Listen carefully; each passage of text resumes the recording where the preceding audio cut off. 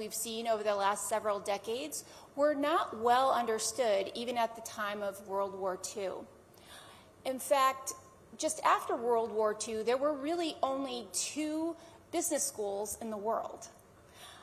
But some leaders at many organizations, but including my own, Carnegie Mellon, started to recognize an opportunity to combine the science of analytics, economics, and social science to really identify some principles that could be used to help leaders more effectively manage their organizations. And so these came to be known as the pillars of management science. And they drove the decisions that leaders made to structure their organizations so that they could be more productive and to really fuel a lot of the economic growth that we've seen subsequently.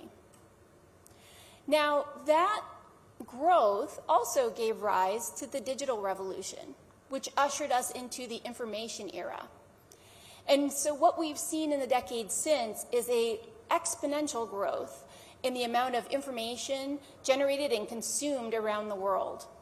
And alongside that growth in information has been growth in the connectivity of information around the globe.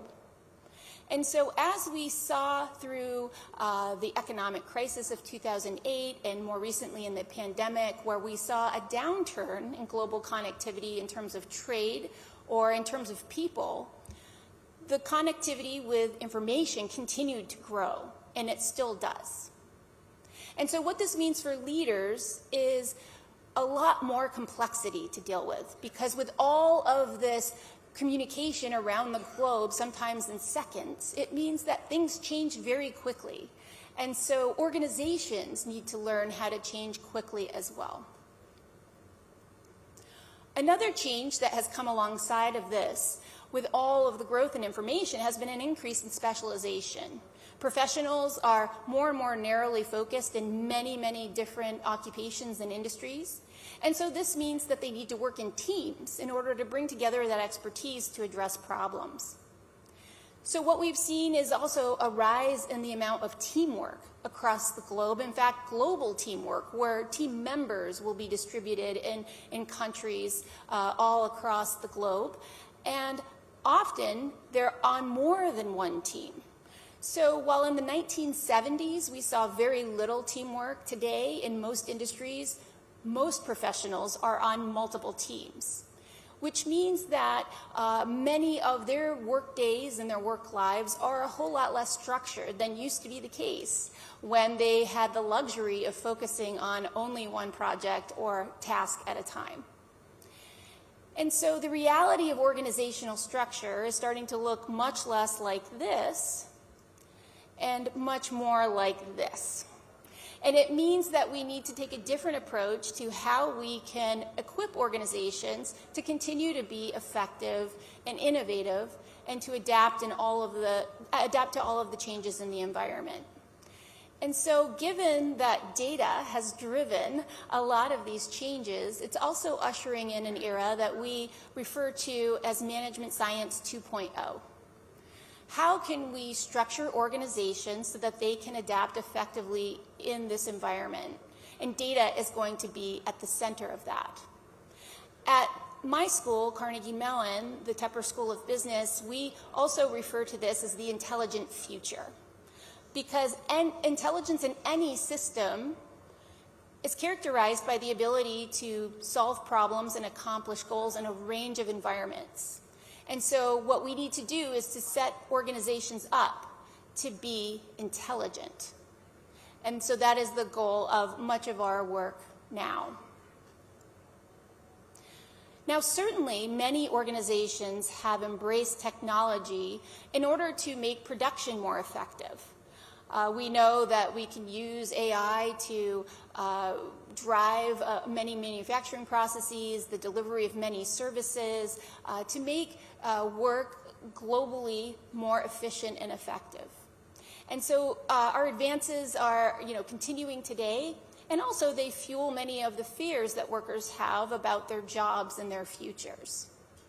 However, what my colleagues and I also look to more optimistically is the opportunity available to us through coordination technology. And here what we're talking about is not only artificial intelligence, but artificial social intelligence.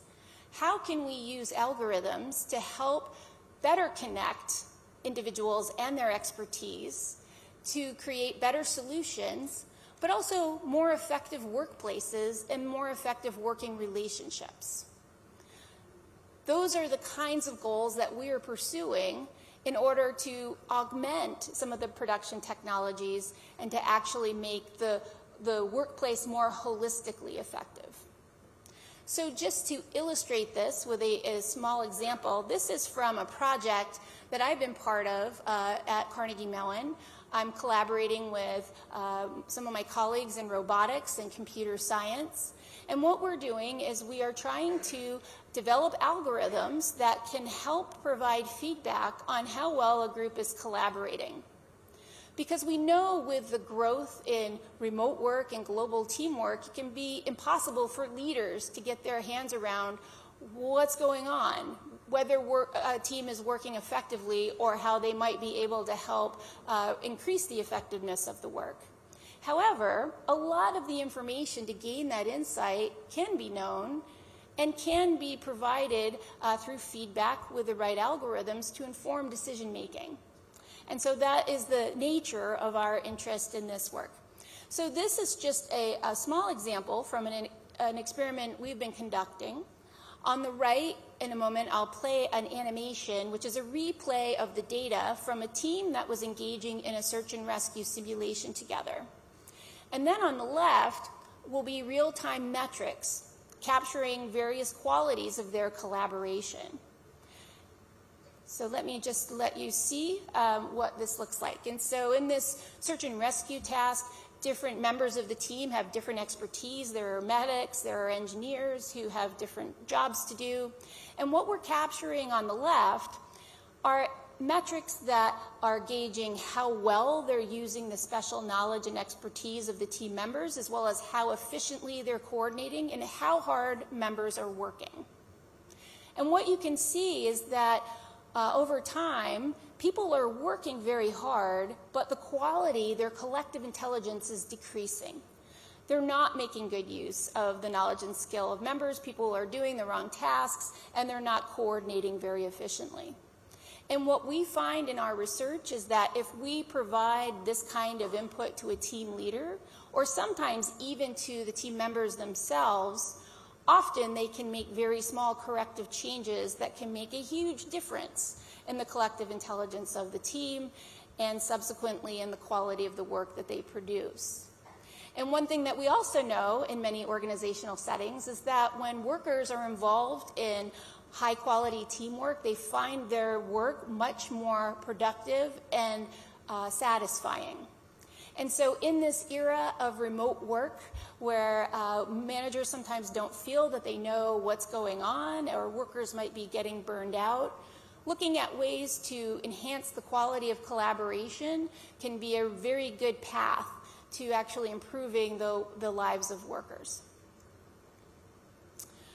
So just to summarize the points, I'd say that while we are indebted to management science for helping managers to identify some of the key concepts that have driven the effectiveness of organizations for decades, we're now seeing growth in information, in connectivity, in complexity that are really demanding that we structure organizations to be better able to adapt and to accomplish a wide variety of goals, in contrast to times in the past where we would structure an organization to accomplish very specific goals.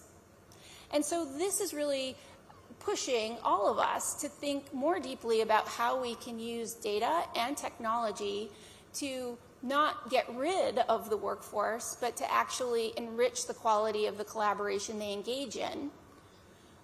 We know from many examples already of developments in artificial intelligence that these tools are almost always more effective when used in conjunction with human intelligence. We've seen this in medical diagnosis, we've seen this in forecasting, and the same is true in many innovation contexts as well. And so finding ways to complement the production technologies that have been so important to fueling growth in the last few decades with technologies such as artificial social intelligence that can enhance the quality of connections of workers around the globe can make a huge difference both for organizations and the people who work for them. So I thank you very much for all that you do for your organizations and as well as your time invested here in thinking about how we can work better together globally. And I look forward to a time when we can all collaborate together no matter where we are more effectively. Thank you very much.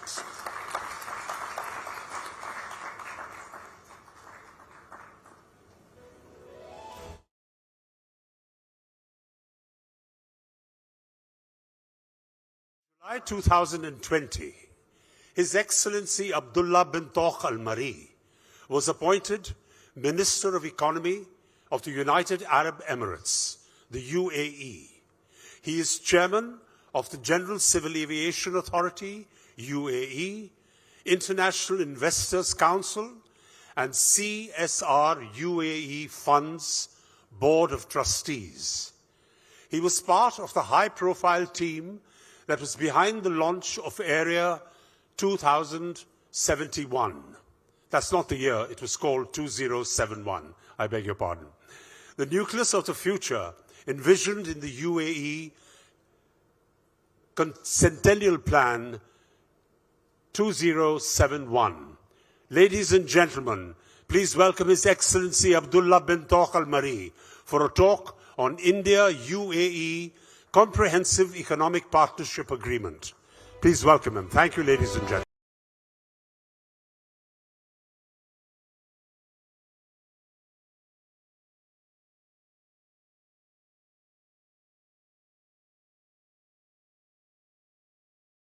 Happy to be here. I'm very happy as well to address you all in the morning. And I'd like to thank the Economic Times, GBS, for bringing us here. They brought us on a very special day, a day which is the 18th of February 2023. But why is it a special day? Because I was here, signed the Comprehensive Economic Partnership Agreement on the 18th of Feb 2022. If I have sat down with my team for 6 months trying to plan to be here on this date, it would never happen. And I'd like to thank the organizers for inviting me. And I say, yes, I want to be here. Yes, I want to speak in India. Nobody knows the date because I memorized the date. This is a momentous time, a great time to be here, to really speak to you all about what this partnership is about. The Comprehensive Economic Partnership Agreement that's signed between the UAE and India is a first for a GCC country to sign.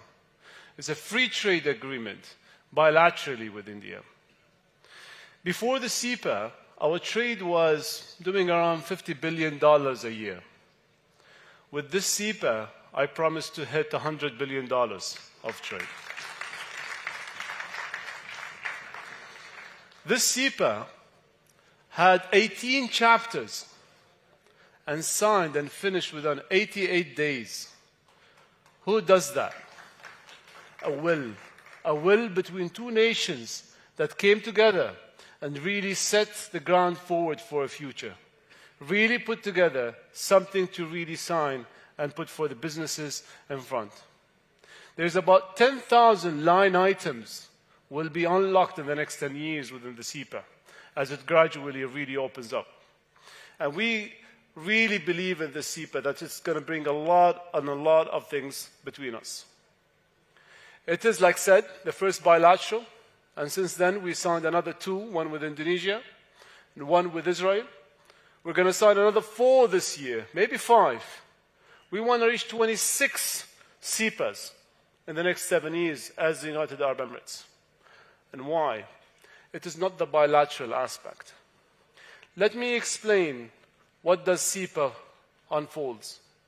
The CEPA unfolds is, if we trade from country A to country B, it's nice, we've been doing trade a lot.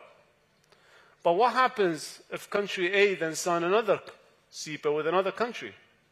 The CEPA involves that you bring a product in from country B to country A, you add a bit of value to it, becomes made in country A, and then you can trade it to country C.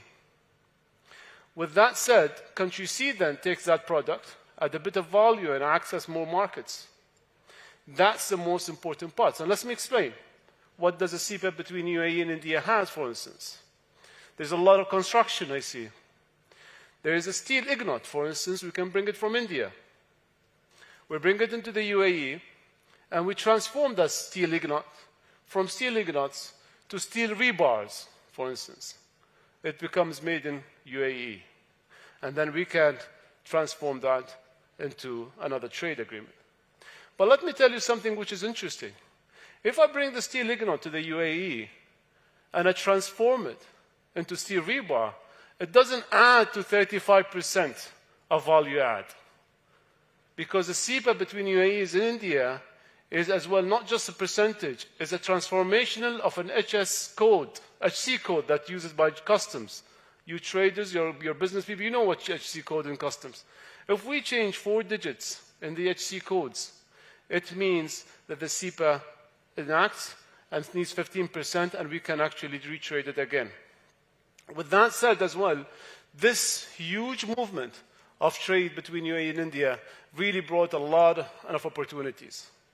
We looked at about $100 billion of trade we wanted to do in the next 7 years.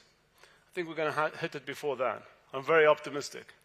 $15 billion in service trade, at least $15 billion within 5 years in services. And that's something which is huge as well, and we want to do. With that, the new era of growth and prosperity will get hit about $49.3 billion in the total value of non-oil just between UAE and India last year. We grew by 26% just in 1 year. That's why I'm very optimistic. 26% of this growth. 10% of growth of non-oil between UAE and India in 21 and 22. And 1,900 weekly passenger and cargo flights between us. We have a long-standing history together. We have common values.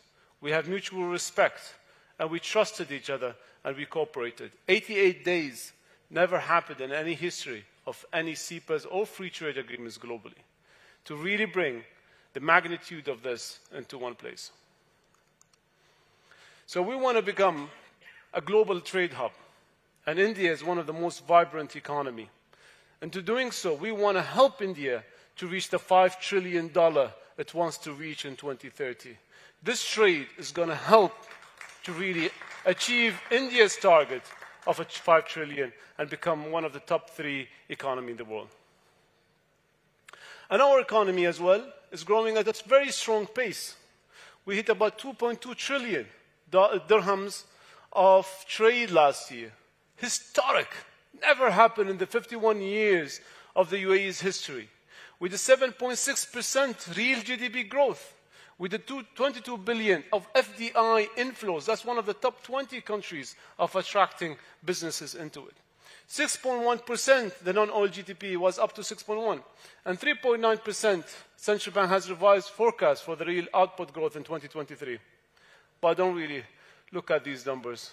I look at where we're heading with. I'm looking at, can we do another 7% this year? Can we grow as well as UAE from that aspect? And the cooperation is huge. Like I said, we want to really achieve what India wants to do of $5 trillion. And the UAE is to double the size as well to 3 trillion dirhams by the end of 2031. But let's speak about challenges. Let's speak about headwinds. And let's speak about as well the aspect of fragmentation. I know in this room, discussion since yesterday, I don't know if you attended Nouri Rubini's session, they speak about the fragmentation that's happening globally is a huge issue as well. The UAE understand this. And we understand that from the fragmentation that will happen, there's going to be a huge impact on the economy. The economy, not just in the UAE, globally, has been suffering for the last 10 years. We had a very slow growth in the mid-2015-16. We had the Arab Spring, 2012 onwards. The MENA region is becoming a place where trade and economy is on a slow pace. We had oil prices going up and down. I never in my lifetime seen an oil barrel sell for -$. Have you guys seen that? I've seen it. You guys know in the room seen it. And the next couple of months, we've seen it trading at $70, $80, $100 to $120. Who can imagine a world with that? COVID-19, the pandemic, shook us all off. GBS couldn't do the summit for 2 consecutive years because of the COVID and so forth. We couldn't meet. And the recession that really hit. So, all right, that's great. I took the Ministry of Economy when it was July 2020, middle of COVID, the middle of pandemic. I received a phone call, so you're going to be the Minister of Economy tomorrow. Okay? Couldn't be a better choice. But the second is, today with the highest inflation rate, highest interest rate, and the fragmentation of the economy, I said, bring it on. If we manage to navigate through the really tough times, really become the UAE's fastest recovery, I think we can, all together with businesses here, we can put hands to hand and really move forward towards a much better future. With that fragmentation, what happens is, there's another challenge. There's going to be a multipolar world, a place where power is going to be dispersed. And geopolitics is going to arise. There's going to be challenges on the level of tensions between nations. And there's going to be something else as well. Fragmentation on the financial systems. We've seen very recently money moving from east to west, west to east, on different platforms. So what will happen is that fragmentation of financial system is going to take us as well another fold of understanding what the world is going to be. People want to pay in dollars. People want to pay in rupees. Changes of systems from the SWIFT to something else. We've seen oil. India bought oil from the UAE on dirhams, for instance, as a currency. That's changing. And it's going to change more and more. So how can we as well understand that fragmentation where the UAE stands? The UAE looked at things the last couple of months as well and understood that the UAE can really find opportunities with these fragmentation. I'm not an advocate of fragmentation, but I always say there is always an opportunity to find. We managed to understand with our agile policies in the economy, with our swift movement, our leadership focus, the visionary focus on the future, we managed to do a couple of changes. We changed the law of commercial businesses, giving 100% ownership for foreign investors to open 100% license for their companies on the mainland. We opened up as well and created an aspect for trade, and understanding the CEPAs and the free trade agreements are very important to bring countries together and to trade freely. We understand as well our visa regimes needed a big shift. The golden visa, the green visa, and the freelance visa was important. This was second day, actually, in the ministry. I said, a fuel for economy is actually talent. And to bring people is the most important of that, to make sure that the talent is available for economy. And that shift has shown a lot. When I say these changes have done, what's the numbers that really shows that? We had 5,600 high net worth individuals moving to the UAE in 2022. We have 13 billionaires at the moment in the UAE. Over 300 millionaires that came into the UAE who was worth more than $100 million. That shows, this is in 1 year, that shows how the UAE is a place where it attracts.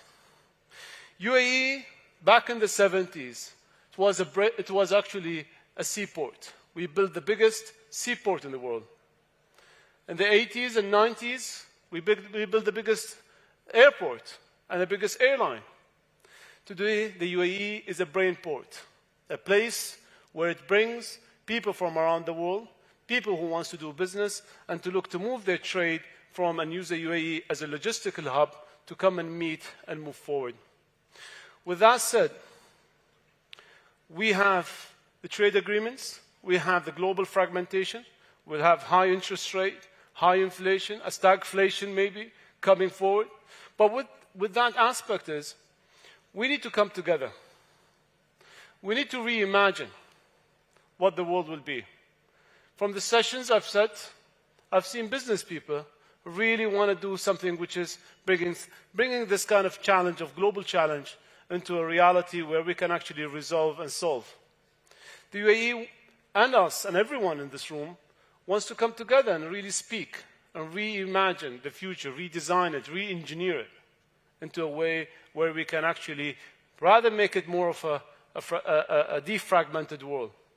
Going back to 3 decades of sustainable trade flows, to sustainable globalization, moving products from point to point. We're going to go in a choppy waters at the moment, and we need to really understand that this is something we need to really discuss.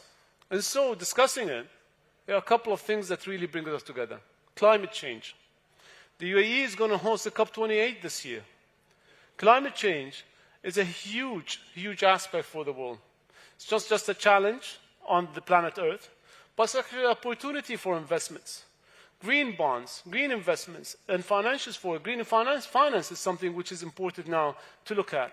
And that's something where we want to bring on the table for COP28. On the trade aspect, the UAE is going to host the MC13, the ministerial meeting for all trade ministers for the WTO is going to be in Abu Dhabi as well. This brings people together, and we want to discuss and we want to talk on the aspect of the future and the aspect of reimagining and looking at the UAE to play a hub for all to really bring together, help countries and help people and nations and companies to really come together and really focus on a very optimistic future. Thank you very much.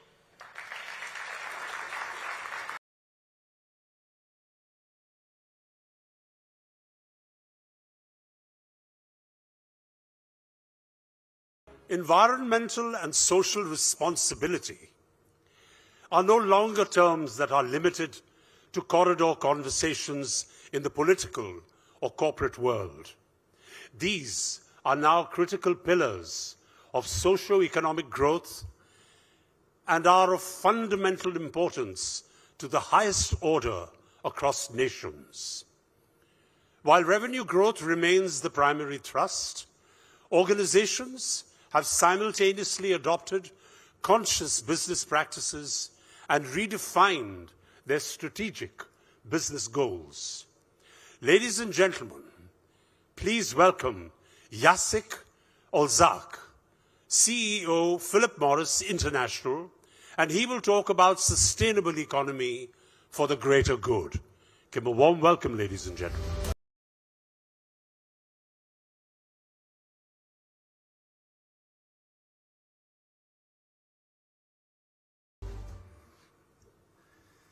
So before we all move to Dubai being billionaires,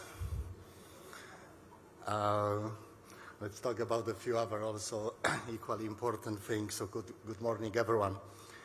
And thank you for having me at this global summit. It's obviously an honor to be asked to speak here in India, and to be hosted by one of the most prestigious media houses, the Times of India.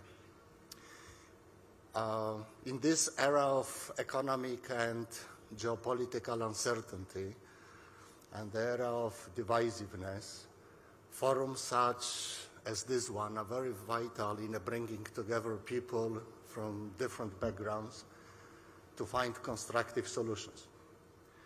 This is not an era when any of us can effectively operate in silos, and we must work together as one family, to create the platforms and pathways that deliver positive change. The pace of innovation driven by science and technology has accelerated in the past decades. There are many industries, and I believe also here in the audience, which have invested in science and technology to find solutions to address global problems. And even more importantly, have deployed them at scale so everyone in every society can benefit from them. Worldwide, we are witnessing companies innovating for good and driving progress. And we have also witnessed the private and the public sector collaboration putting these innovations to the service of society at large. We have seen this in the case of the COVID vaccines, with the industry rapidly coming up with a solution based on the research and innovation, and governments implementing policies to leverage. The science and technology integrated with a collaboration between a private and the public sector has proven to be key to identify solutions to overcome difficult challenges, and ultimately, when adopted, improve lives for all of us. Let's look at one example we are familiar with, I guess, but with a lot of similarities we can find in other industries, in other domains. It's the energy industry. We know the environmental impact of fossil fuels. While we work toward eliminating or reducing the use of fossil fuels, for example, by deploying more energy-efficient solutions such as LED bulbs or more efficient engines, we are also working in parallel to replace fossil fuel energy by increasing the use of renewables. We are also sparing no efforts at the same time in designing policies to accelerate the adoption of better solutions, both among consumers and at the industry level. The first approach tackles the issue at its root, which is the elimination of harm creating resources. The second tackles it by identifying alternatives. The harm elimination and the harm reduction are not mutually exclusive. Deployment of these two approaches in parallel accelerates the resolution of the problem. In all these examples, science and technology has come together with public-private partnership to drive a positive impact on a society. And here I am. My industry is no different. The same principles apply. As the CEO of Philip Morris International, the major tobacco or cigarette company, I have a responsibility to lead my company and inspire the industry on a path to better. As always, the change has to start from within. This is why we focus on better products, on better ways of operating, better sustainability practices. Let me start with the most important thing, which is our products. Everyone in this room knows that smoking causes disease. And clearly the best thing for smokers can do is to quit smoking. And this is beyond question. What many people do not know is the primary cause of this disease. And the reality is that the problem starts with a combustion, with burning. Combustion triggers the release of high levels of harmful chemicals in the cigarette smoke.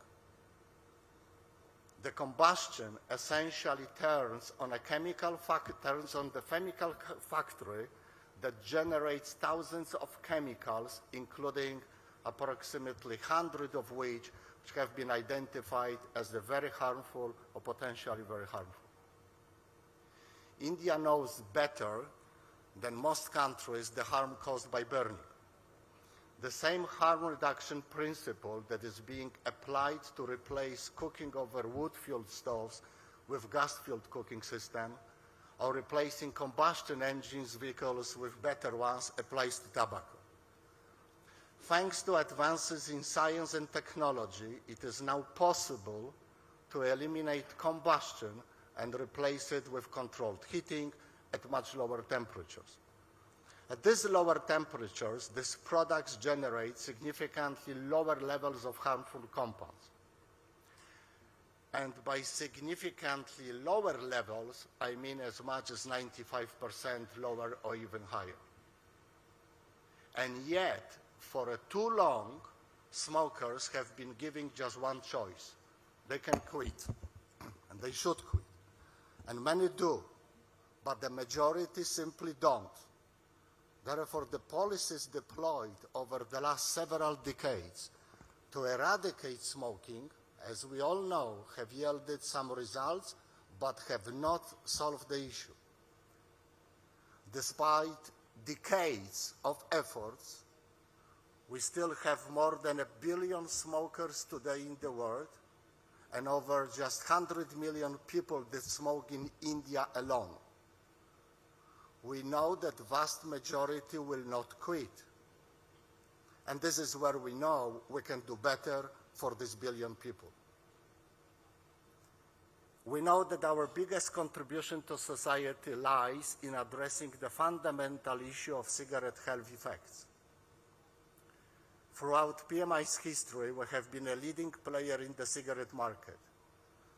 Now we are very intentionally leaving that behind, embarking on a transformation to provide for adults who would otherwise continue to smoke a better solution, a vastly better solution. In 2016, we have committed to realize a smoke-free future, a world without cigarettes.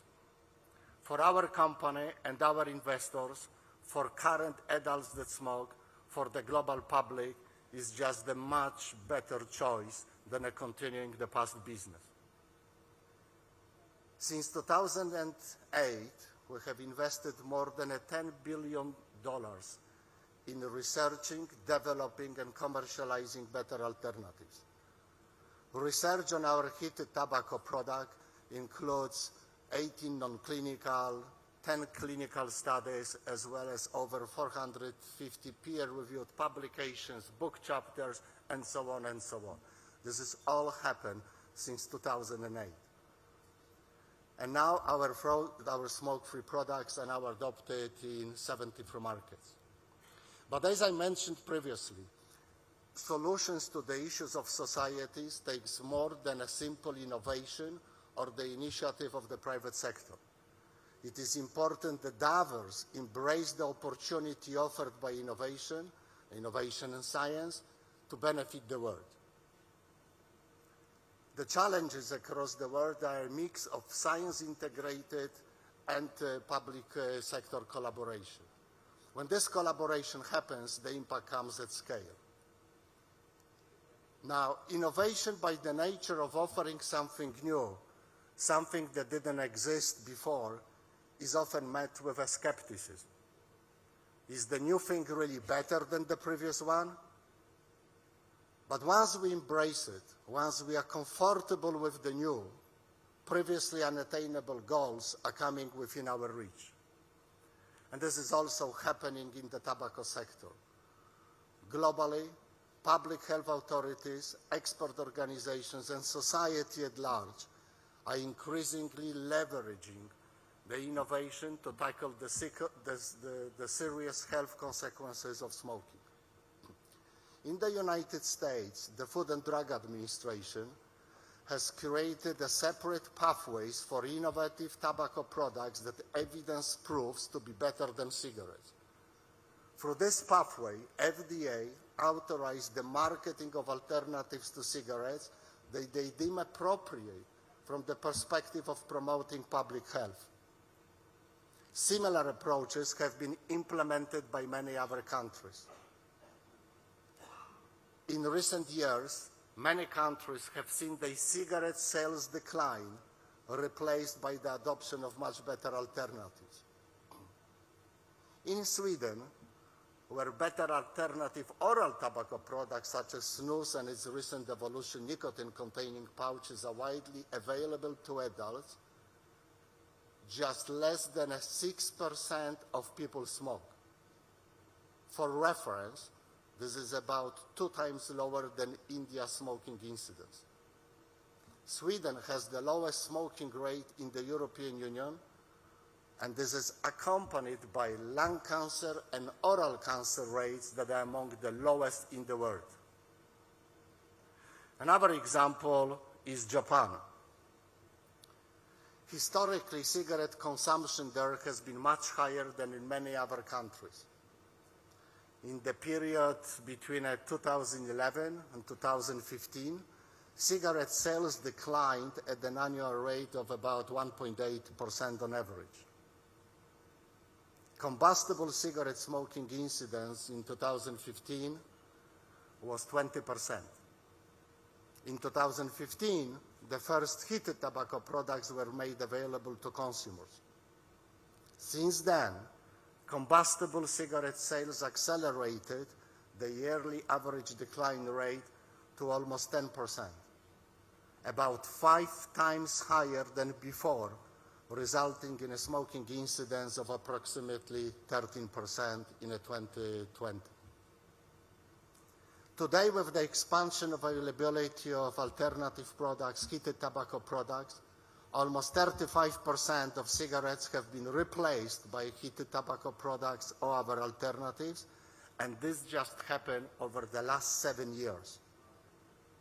These alternative products heat tobacco rather than burn it. This results in a significant reduction of harmful or potentially harmful compounds compared to cigarette smoke. Hence, it comes as no surprise that recent analysis from Japan show the downward trend in hospitalizations for COPD exacerbations, one of the diseases very strongly associated with smoking a cigarette. And this happened over the period since the alternative products were introduced to the market. Now, equally important, research funded by the country's ministries of health shows that there is a negligible adoption of these products by minors or underage people. This was a great achievement, but this was not an easy task. Changing people's behavior requires investment in equipping them with the appropriate knowledge about the product and supporting them in their journey. Similar dynamics are being observed in many European countries. Never in the history of public health intervention has such a sudden decline in smoking rates been observed. Now, what might this mean for India? India is no stranger to harm reduction. It has led the world in embracing policies that reduce harm in our context. And India has earned a reputation as a global leader in tobacco control. Nevertheless, there are still, as I mentioned before, more than 100 million people here who smoke. So what could it look like if India saw similar results to what other countries have seen by making better choices available to smokers who otherwise would continue smoking, who wouldn't quit? What if, like in Japan, 35% of people that smoke move to less harmful forms of tobacco consumption? That would mean 35 million adults in India who adopt better alternatives to cigarettes. A huge potential not only to improve their individual health, but also to reduce the burden on the healthcare system. There are also 200 million users of oral tobacco in India. They could be offered modern oral tobacco products that are much safer, products that benefit from scientific and technological advances. These products exist today and have a significant impact to public health, as has happened in Scandinavia. We have seen the impact of India adopting science and technology at scale in the context of the pandemic, unified payment systems, many other areas. This pioneering approach can also apply to tobacco harm reduction to bring a massive public health breakthrough at home and across multiple countries.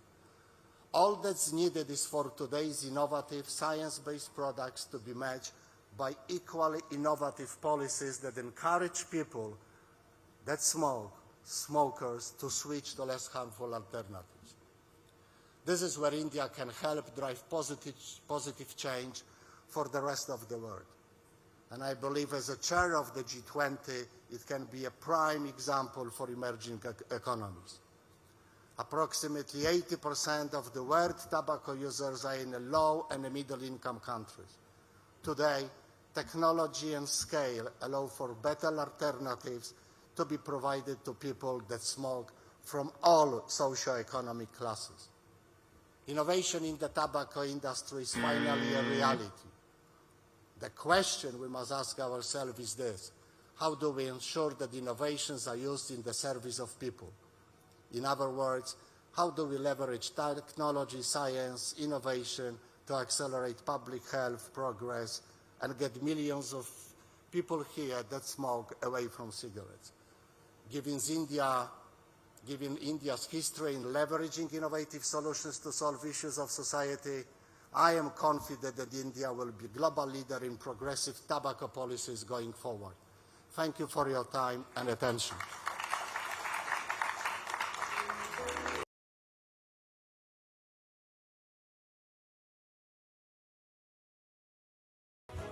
The next session is with the leader who has put India on the fast track of safety and technology.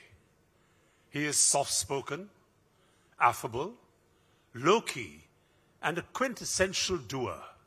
He is an IAS officer and an engineer. He is a career technocrat and has been at the forefront of complex infrastructure projects. If any of you have traveled by rail recently, you would have seen the transformation. Ladies and gentlemen, it gives me great pleasure to invite Ashwani Vaishnav, Minister of Railways and Communication and Electronics and Information Technology, who will now speak on bricks and clicks. Thank you.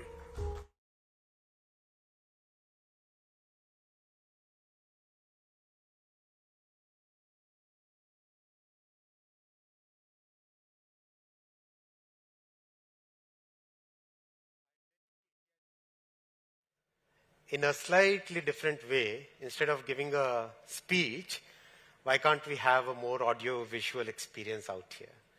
Good with that? Okay to roll? Let's roll. 29:52. Okay, that's countdown. Good. Friends, India is today, because of Prime Minister's policies, the choices that he made, India has today emerged as a bright spot in a globally, in a global situation which is today considered to be a very difficult situation. Many countries are going through lots of difficulties. Despite all those dark clouds, India has emerged as a very important bright spot in the world.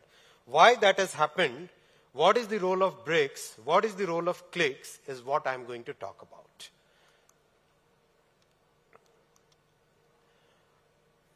When the pandemic hit all of us, all the countries had some choices to be made.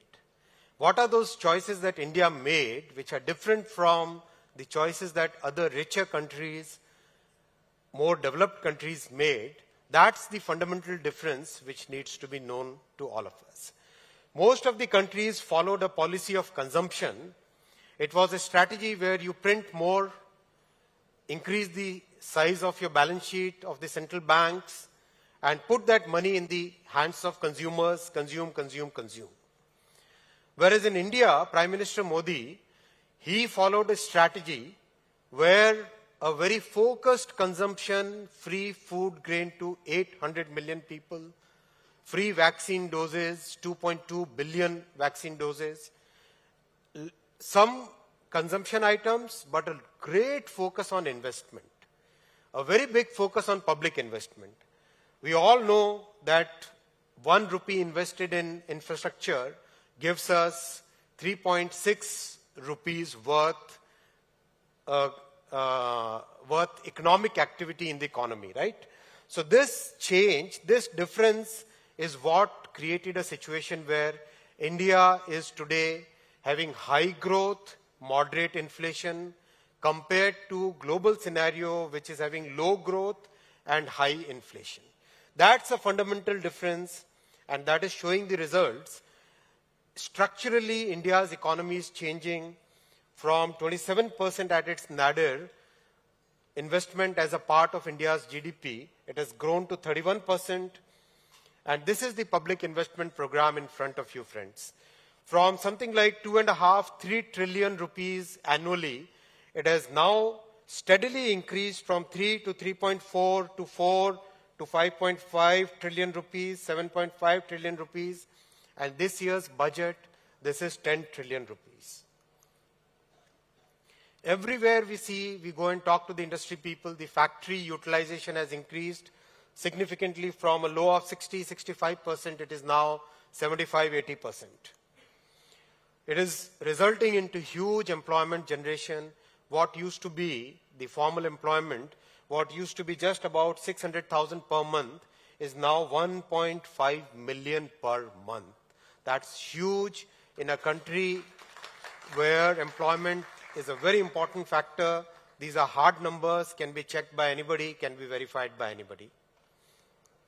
So this is where I would like to shift the gears to what are we doing in railways, what are we doing in telecom, what are we doing in IT and electronics, the three responsibilities that Prime Minister Modi ji has given me. I'll talk about railways first. Massive network, all of us know, one of the largest networks in the world. 8 billion passengers carried every year. 8 billion.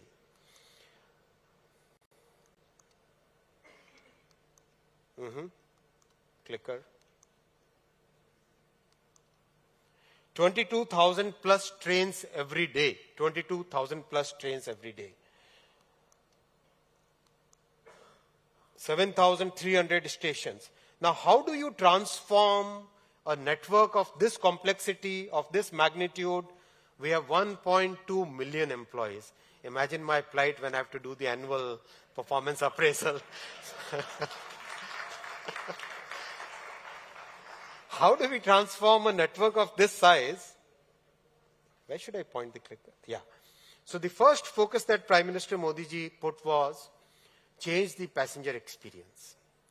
What is passenger experience? Passenger experience comes from the stations, comes from the trains, comes from safety, comes from the way ticketing is done, all those things. We started with the station work. Today, we have 3 or 4 stations which gave us the experience of how to develop stations. This is Rani Kamlapati station in Bhopal, one of the most complex stations initially. Huge roof plaza was created. This is the huge roof plaza. I'll show the next picture.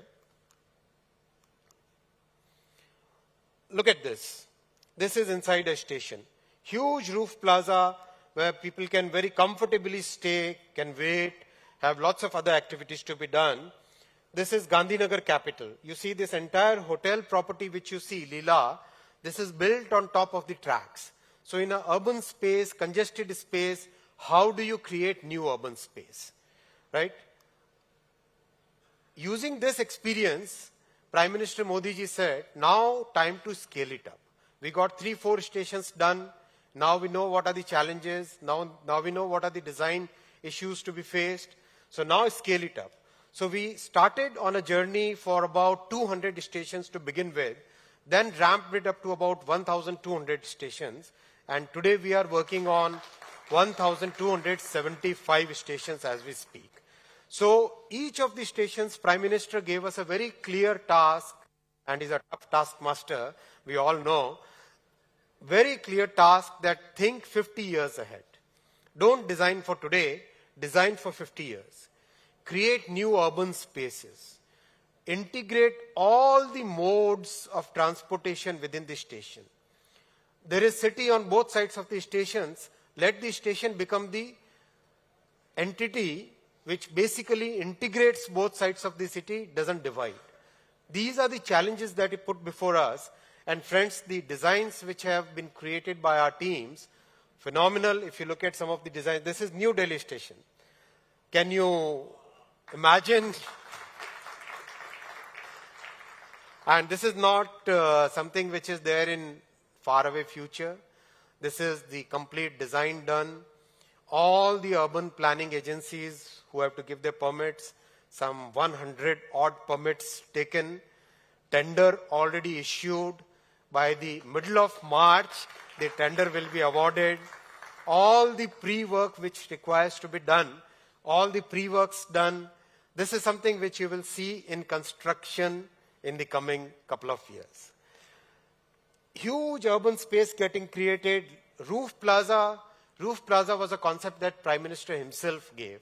He said our stations are, and Prime Minister is very closely connected with railways, as all of us know. It's an emotional connect for him. So he said all our stations are there in congested urban spaces. Can we create new urban space in stations? So this is the idea he gave. So in New Delhi station, we are creating close to 50 acres of new urban space. Imagine how much more opportunity the city will get. These are all pictures of that design. Everywhere we are going for elevated, wherever large cities are there, people should be very comfortable when they come to the station. So we are creating this elevated approach and departure roads. So there is a separate arrival, there is a separate departure. And this is all on elevated network so that because these are large stations where millions of people come every year, millions. These are not numbers in thousands, these are numbers in millions. So, and the way railway network will grow, this will see multiple growth in the coming years. So everywhere we are going for complete master plan, very focused urban space creation, very focused multimodal integration, very focused separation of departure and arrival, wherever needed, elevated routes to reach the station and to go out of the station. Maybe some spot where I have to stand. Yeah, this is Ahmedabad. Again, one of the few iconic stations. Of course, every station is important, but some of these stations are really iconic. These are stations which carry more than 10 million passengers every year. So all of them are being taken up in a very, very meticulous planning. Again, tender done to be awarded within next few weeks, next few days. Pre-construction activities almost on the verge of completion. All operational decisions taken. So these are progressing very, very well. And again, we are taking up a very modular approach to construction, creating roof plaza, creating elevated transport corridor around the station. These are 3 roofs getting constructed, multimodal plaza. Again, focusing on heritage elements, making sure that the city's heritage is fully integrated in the station design.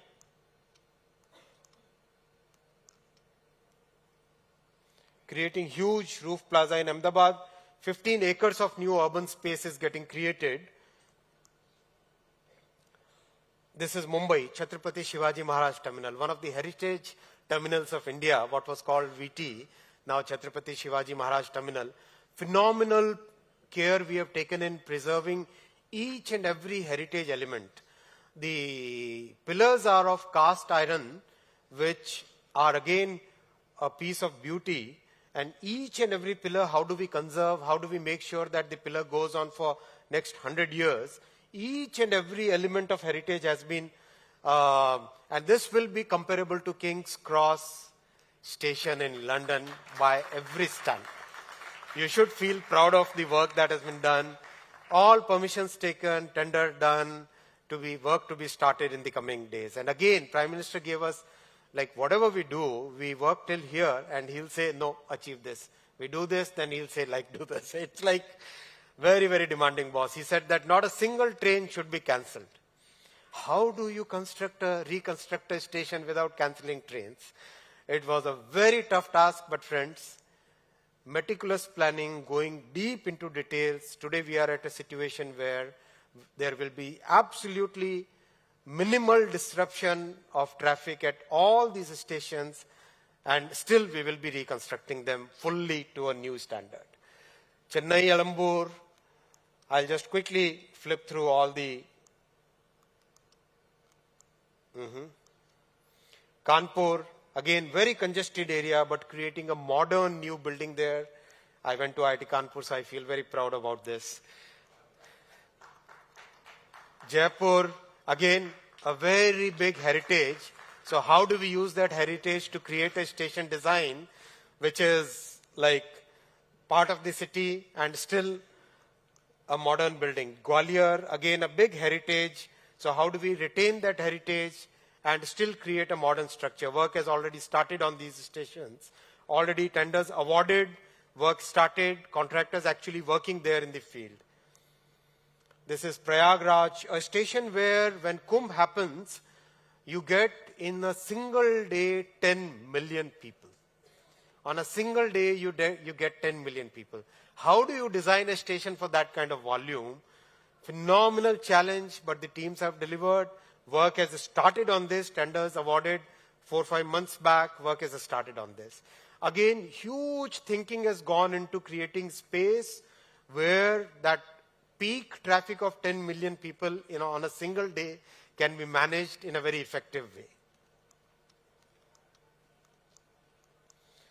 Surat, again, huge multimodal. What I wanted to explain was huge multimodal integration. The bus stand, the BRT, metro, everything getting integrated into one multimodal hub. So it's a totally different way of looking at infrastructure. Our Prime Minister always says, PM Gati Shakti program, he says that think of integrating all the modes today itself so that if you construct something today, it should not get disrupted tomorrow. Bangalore, Visakhapatnam, Safdarjung, Chandigarh. I can show you multiple pictures. All these are the places where work has started. I'm not showing you something which is there out in future. This is where work has started. Delhi Cant, again, huge transportation challenge, but we created this entire, from the flyover, we created this entire elevated road which runs around the station and makes sure that the passengers are not feeling any inconvenience. Lots and lots of thinking has gone into all this. Jammu Tawi, again, a piece of heritage, piece of religious culture we incorporate in the city. So PM says, Virasat bhi, Vikas bhi. Preserve your heritage while you are developing. So that thought process we have maintained in each and every station. Rameshwaram, I'll quickly flip through. I wish the flipper was functioning faster. This is the report card. Construction started on 49 stations and rapidly moving towards 1,275. Friends, this was first part of the passenger experience. Second part of the passenger experience is the Vande Bharat train. A very, very complex piece of machine. Very complex piece.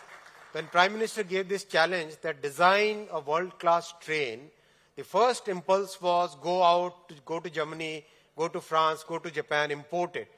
But PM said no. It has to be designed by our engineers. It has to be manufactured in India. It has to be really make in India, made in India, designed in India train. And the train is a huge success.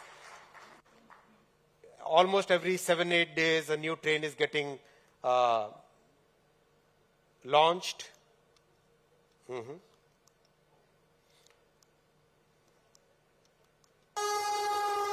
A small video where I would like you to... The design elements were so complex that since the tracks are in whatever shape they are, we designed a train which has been tested for 180 kmph. Look at this glass of water. As we say in Hindi, पानी की glass नहीं हिली, लेकिन दुनिया हिल गई.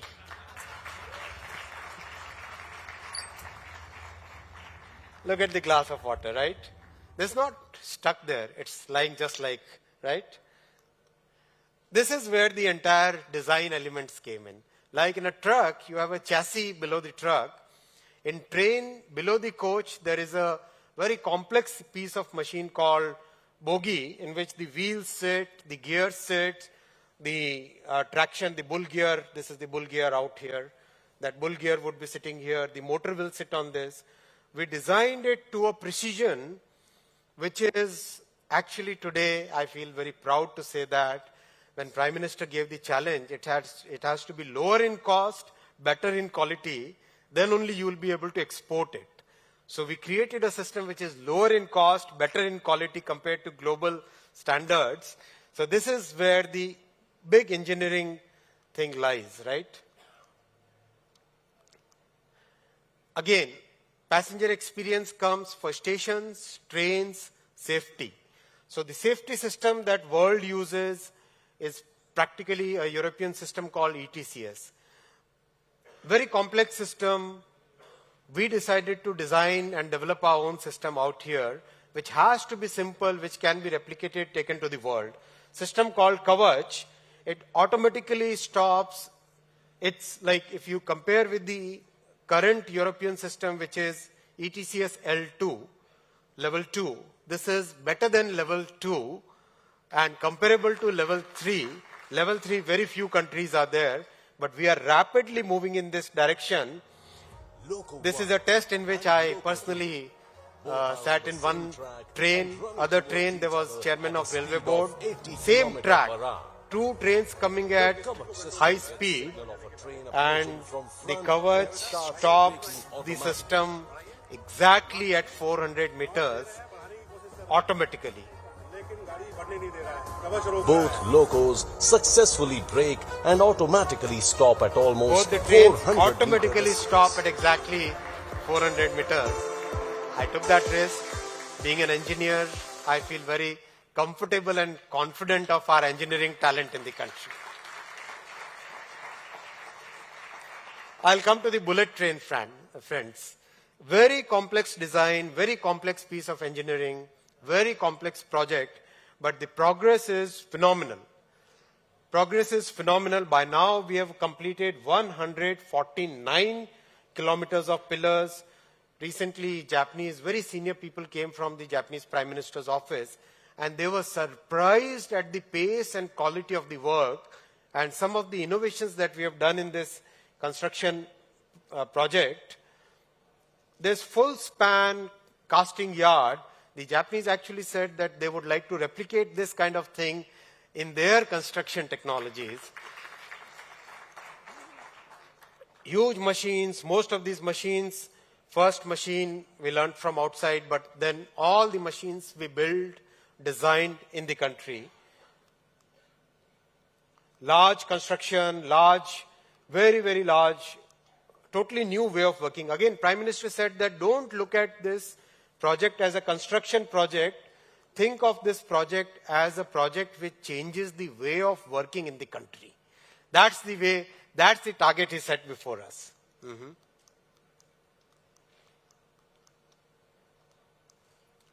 This entire construction process, like once the pillars are done, then this large machine picks up a girder. Each of the girder is like 1,100 tons, 1,100 tons.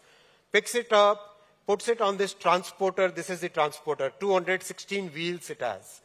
Then this transporter goes ahead. It will go up to here.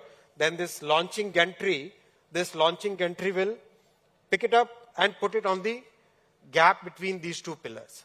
So it's a very rapid construction, very fast-paced construction. And since the country didn't have this kind of, India never had this kind of technology, with this project, this new construction technology has become part of our playbook.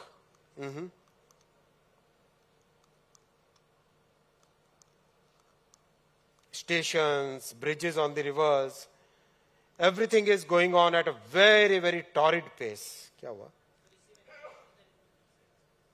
Is taraf? Anand station, Sabarmati station, this is almost now 80% completed. small video clip of construction activities. Large girders now, good thing is, many of these girder casting structures, which we initially imported, now these innovations have happened in places like Rajkot, places like Surat, places like Sri Perumbudur, and today these people have started getting export orders for the casting equipment. Already we have, within a short period, we have exported about some 80 odd consignments of these equipment. This is phenomenal. I mean, look at this construction activity. I feel so proud of it. This is the transporter going up there. The launching girder picks it up. While there is traffic moving down below, without any hassle, coolly this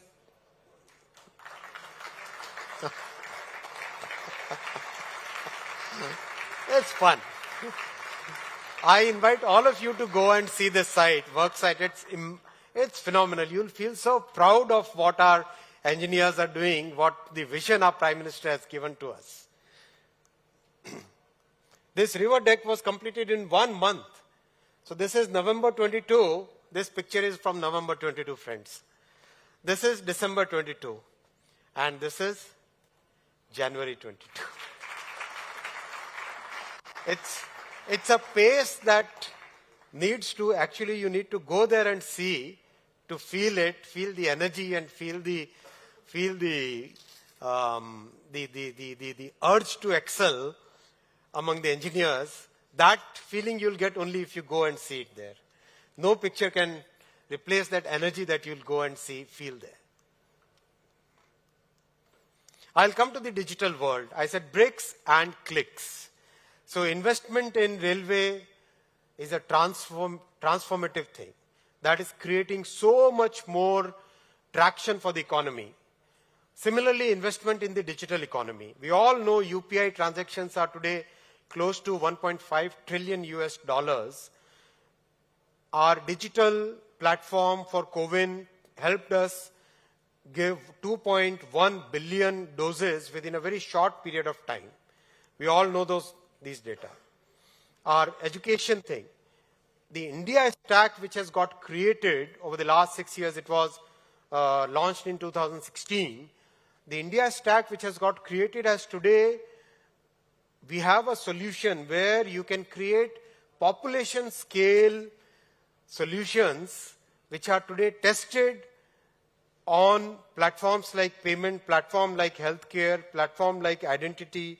Each of these individual items are powerful in themselves, but together, combined together, they can help solve any major problem in the world. So this is the power of the India stack, and today the whole world wants to try out some of the pieces of it, and our Prime Minister has given us the authorization that give it as our contribution to the world. Our civilizational ethos is reflected in the G20 logo, one earth, one family, one future. So when we are one family, why should we be holding back on the technologies developed by us? Shouldn't it be shared with everybody? That's the ethos with which we are working. Multiple things.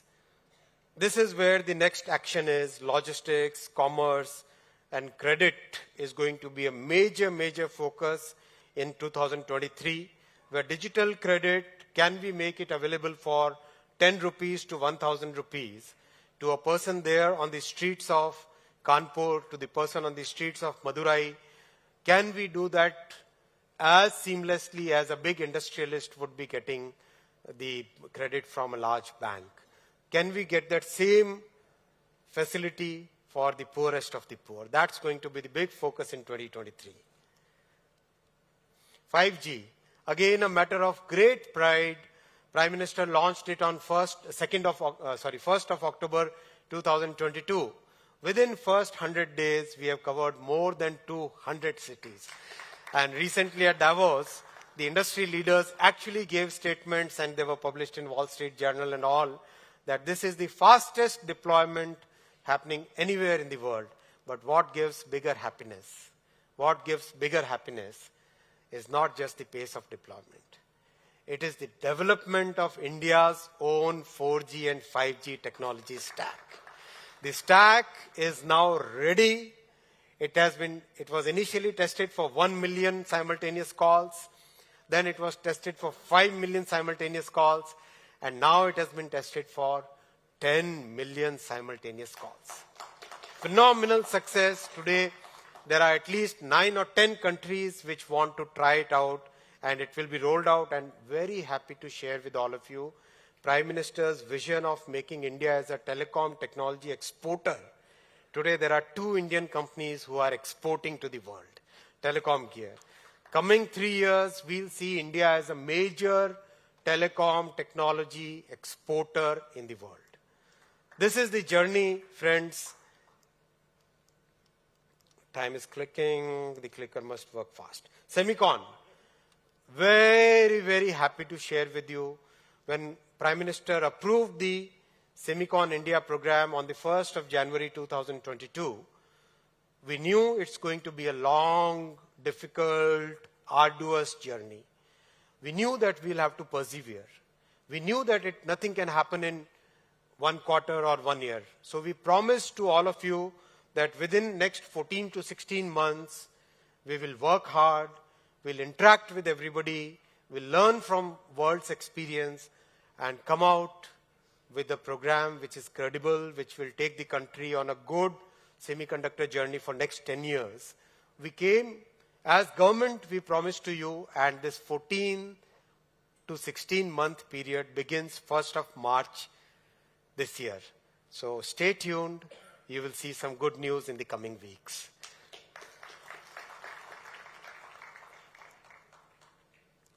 We know about, friends, I'll end it and open it up for questions, saying that India under Prime Minister Narendra Modi ji's leadership is investing both in bricks and clicks, making sure that the poorest of the poor are getting integrated into an economy which is today increasingly a digital economy, an economy which is today growing at 6 to 8% on a regular basis, on a consistent basis. Thank you very much for your patience.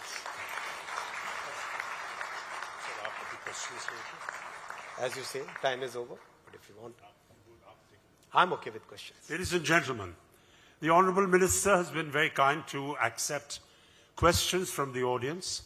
So I suspect that there will be some microphones that will be brought to you. May I request you to kindly state your name and use the microphone, and please ask your questions of the Minister. Do we have any microphones there that can be given to the audience? Thank you. While you think about questions, I also wanted to thank Economic Times. All these last 10, 15 years, this is one event, GBS is one event which I never missed. And I was always there in the audience. So thank you, ET, for inviting me to be here as a speaker. It's a pleasure to have you here. I'm feeling privileged to be in front of you. Thank you so much, Modi Dada, everybody. It's an absolute pleasure to have you here, sir. Good afternoon, sir. My name is Karan Singh Sodi. Thank you for the brilliant presentation. Very proud to, and feel very proud as an Indian. So I had one question. Around 2020, there were talks about private freight rail corridor to boost logistics. Some thoughts on that, or some pointers on that? I would like to share the global experience on railways. Globally, railways has been seen as an industry which is having a very large social obligation. It's seen as an industry which is a combination of commercial, but a very large part of it is social obligation, except, let's say, North America or South America or Australia, where it is purely a commercial entity. But in a country where we have 1.35 billion people, 8 billion people moving every year on railways, we thought that it is prudent to learn from experience of others and keep it within the government setup. So there is no program for railway privatization. Raise your hand, please. I think there's a gentleman there In the left-hand corner that there you are. Thank you very much. Yeah, it was a wonderful presentation, and as if we are not in India, we are abroad somewhere, in some of the cities. Yeah. Now, my question, I extend the question Mr. Sodhi asked. 20 years back, I was involved in the food grain freight corridor from north to south, because the wheat to be carried from north to the south, and from south the rice, etc., to be brought it to the northern region. Because another thing is that the wheat, all the cereals are getting rotten in various godowns. So there was a proposal that a dedicated corridor freight will be there for the food grains, connecting north and south and east and west. May I have your views So I'll on that? explain this entire thing. In transport economics, what is important is that you don't divide the assets between different applications. If the assets are used multiple applications, for multiple applications, then that is more optimal compared to dividing the assets between applications. So today the thought process has got very refined, and we are adding close to 4,500 kilometers of network every year, which amounts to like 12 kilometers per day, 12 kilometers of new tracks per day. So we have to increase the capacity to such a large extent that there is enough capacity for food grains, enough for coal, enough for small parcels, for every kind of cargo. And I also want to very happily share with you, in the last 50-60 years, railway has been consistently losing the market share. The lowest point was 27%. Very happy to share with you, last year from 27%, railways increased to 28%. This year we are doing close to 29 or 29.5%, and coming 2 to 3 years, railways will go towards 35% market share. So that's the thought process we have to Now, here I will add, One question, one person. We have a gentleman on here on the right who would like to ask a question. Good afternoon, Minister. First of all, may I congratulate you. I could really see the excitement of you as an engineer sharing all the engineering marvels that India is going through. My question will be light, and they are not meant to solicit any government information. I read in the FT recently about flying experience, and they said that there'll be a future when no one would want to fly. And I'm just looking at the kind of stuff that you're doing on the railways, and I'm wondering what Jyotiraj is telling you in the cabinet meetings as an aviation minister. So I'd like you to hear some thoughts about that. If you again go back to transport economics, for a population of 1.35 or 1.4 billion, today railway carries about 8 billion people. Aviation carries about or maybe couple of less than a million, 0.3 million, 0.3 billion, 0.3 versus 8. That's the gap, right? Right. Country will have enough for everybody is my point. Right. Up to 250 kilometers, road is very good. 250 to 1,000 kilometers, railway is the ideal mode. Beyond 1,000 kilometers, air will be the ideal mode. So there will be enough for everybody. So just one more question on the railways bit, sir. One question, one person. Well, I just have One per person, thank you. Thank you. There's a gentleman at the far left there, Sir, good Who is morning. it? My name is Rajiv. I work with French MNC called Saint-Gobain, which is a big 50 billion group. First of all, sir, thank you very much for turbocharging India's growth in multiple dimensions. We are proud as an Indian. And second, you'll be happy to know that the entire world of Saint-Gobain, comprising of such a large group, is served from India for entire world's IT needs. So INDEC, the India developments in India. So my question is very personal. I see people struggling in leading one ministry. You are leading 3 ministries, turbocharging growth in all 3. What's the secret behind this, sir? Prime Minister Modi ji.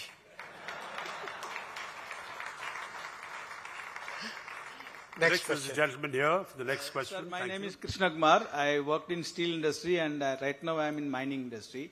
we know it's a first thing, it's an excellent presentation by you. Even professional people, like McKinsey, we come across so many people, but I have, to be honest, I have never seen such a presentation, it actually peps up everybody here. Thank you so much for that. But it's a brick and mortar question. Even now, the mining industry is facing shortage of rakes and wagons. You're absolutely right. Steel industry is facing, so much of shortage of rakes and wagons. I want to add to this point. What you are saying is absolutely right. We should have invested in this kind of capacity creation 30 years back. Unfortunately, focus on railways got only in 2014. So I really want to share these numbers. Please sit. Very important point. Thank you for raising this point. Focus on railway investment came in 2014 only. Before that, the investment in railways was a paltry 35,000, sometimes 30,000, sometimes 20,000 crore a year.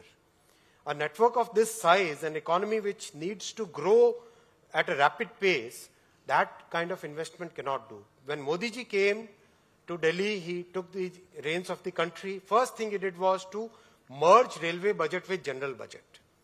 Right? One of the first things he did was that.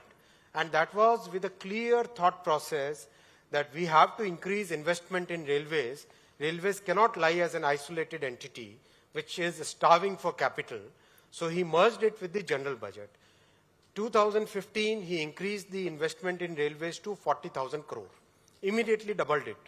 Then railways ecosystem started feeling the pressure.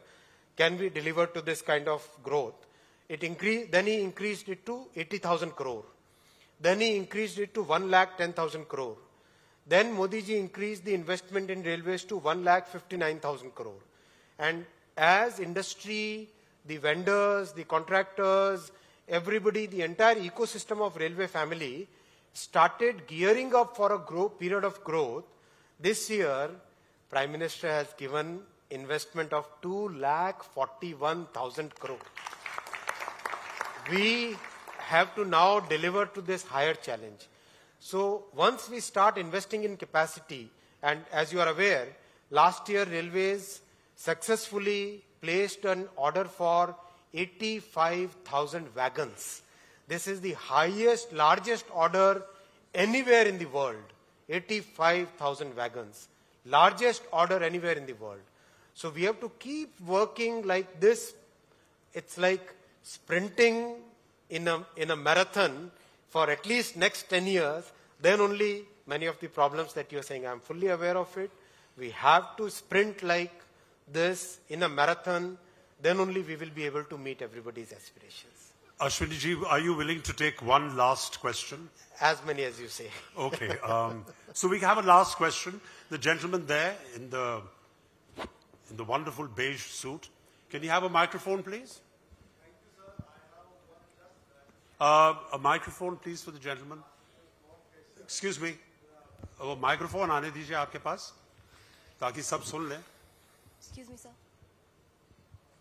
I'm Kishore Khabia Jain from Mumbai. I have a small question. Before starting metro in any city of India, we are doing some study because I've just metro is required in that city or not, that any mechanism or study. Detailed planning is being done.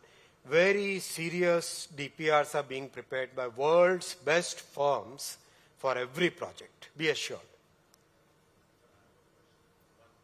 Ladies and gentlemen, thank you very much. We are very, very pressed for time. A big hand to the Honourable Minister. And thank you all. And thank you all very much for your wonderful questions. Yes.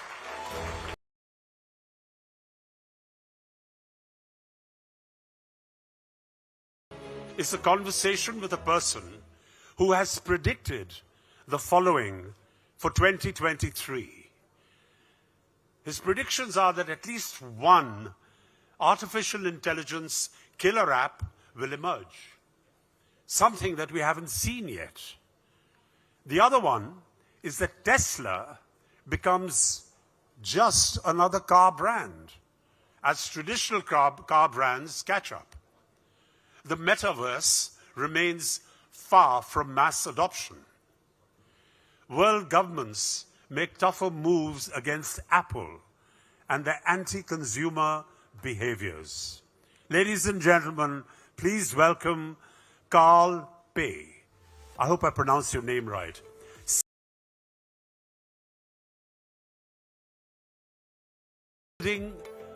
A challenger brand, Decoding Nothing, and he's in conversation with Ajay Sharma, Senior Editor Markets, Anchor, Times Network.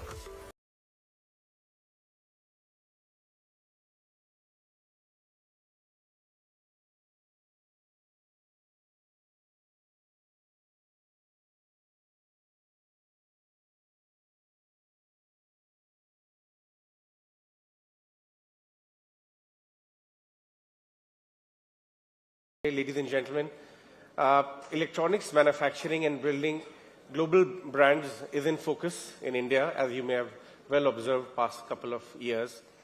So why don't we, have this conversation with Carl, who has been instrumental in building international electronic brands in his previous avatar, and right now is focusing all his energies at Nothing.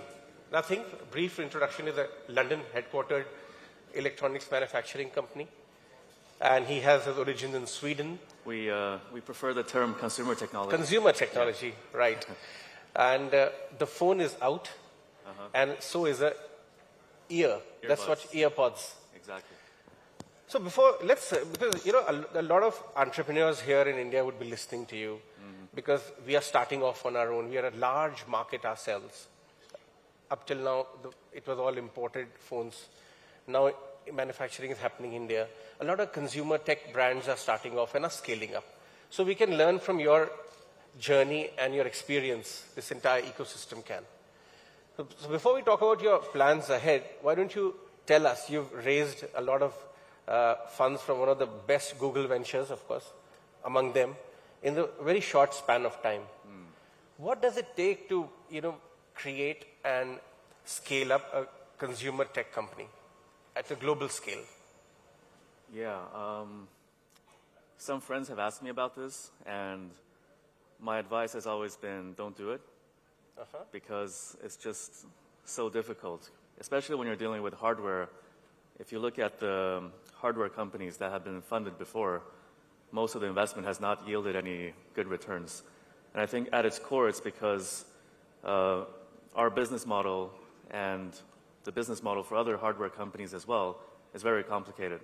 You need to do the manufacturing, the supply chain, the industrial design, the hardware engineering, the software engineering, the sales, the marketing, the customer support. And if you fail on any of one of these things, you don't have a business. So I think, unfortunately, that's what it takes. You need to really integrate the resources and the capabilities in a wide variety of different fields. So before Nothing, I helped build the OnePlus business. Yes. And one of the things we realized was we were based out of Shenzhen in China.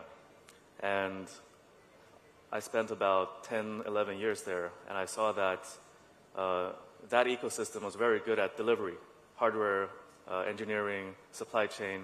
If you had an idea, you can deliver really quickly. But whenever we were trying to do something more creative on the product design side, on the marketing side, on the branding side, that ecosystem did not really have the talent to do so. So when we started Nothing, we were like, okay, how can we do this differently? How can we build upon the learnings of the past?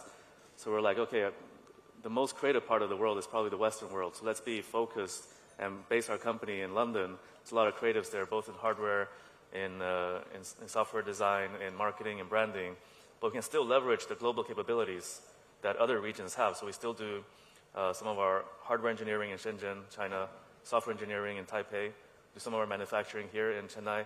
So how can we really take what each part of the world is really good at and combine them and integrate them in a different way? So going back to the concept of integrating different capabilities. Sure. And, they say that hardware is hard. The IT software side is the more sexy part, right? Even for the investor community. Yeah. So why did you choose hardware to scale up? Because you are a technology engineering guy. You could have gone in the software side as well. Because I think the best business is a hardware, software, services, and content business. And that's Apple. And if you look at the app economy as an example, when people first started making apps, making apps was very hard. It was a new field. So getting distribution for your app was very easy. But now the tides have turned. Now everybody can make apps. In the future, with AI, it's going to be even easier to make apps. So there's no more power in being able to make apps. But on the other hand, if you have distribution, you have more and more power in our industry. So it's dynamic. It kind of ebbs and flows and changes.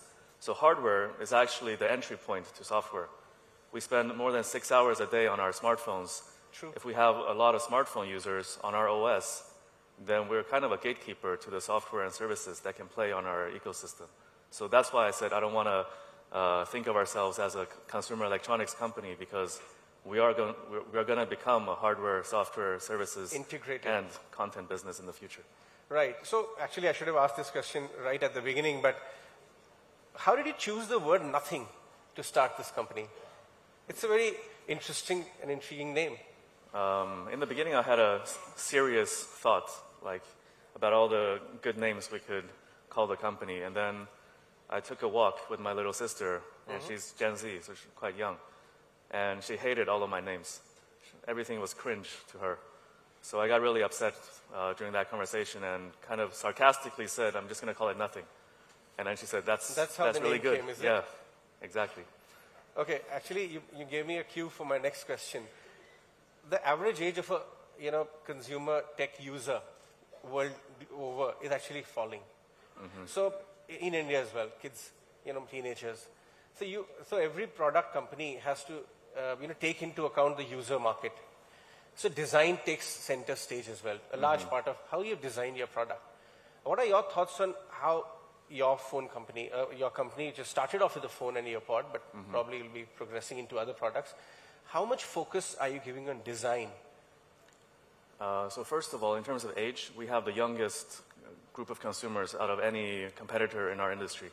So if you look at the average age of a Samsung user, they're quite old. We have the youngest average age of our entire category. I think design is more of a strategic question, because as a young company with not a lot of resources, we have to differentiate ourselves somehow, right? And design is the lowest hanging fruit, if I'm honest. It's not that the big companies like Apple and Samsung, they don't know how to make designs like ours, but because they're so big, they need to be everything for everyone, because they're targeting the mass market consumer. Sure. So if they design a very differentiated product, they actually limit the market scope. On the other hand, being a small company, we shouldn't create a generic design, because then we'll be competing head-to-head with the large brands. Therefore, we should be differentiated. So that's kind of how we started. Yeah. But eventually, you are going towards the global offering as well. You're launching in US, I'm told. India is your big market. So eventually, you're going to take these titans of the industry head on. What is your strategy there? On what turf would you be taking on competition? If you look at, so people say that Apple don't innovate anymore, but that's not true. They actually innovate a lot, but they choose to invest in a vertical integration of their technology stack. So they're taking the chipset design and manufacturing in-house. They're investing in new display technologies that have better color reproduction and better battery efficiency. But their innovation is on a technical level, which cannot be easily perceived by the consumer. I think for us, as a small company, we should focus on differentiation that's easily perceived by the consumer. So industrial design, software UI and UX, and the seamless integration of different products. Today, we only have 2 product categories on the market, the headphones and the smartphones. But as we build out our ecosystem, how can we make our devices play with each other in a very easy to use and seamless way? Another thing which stands out, Apple works in an ecosystem of their own, right? Apple, all the products can be connected, but I understand that you are going to make an open ecosystem kind of a offering profile of your products. Why is that important? Because that's the right thing to do for a consumer. So let's say I'm an Apple user, I own an iPhone, and I bought the AirPods, and then I changed my iPhone to an Android phone, and the AirPods don't connect as well. But I paid for the phone and the AirPods already. Why are you making it difficult for me?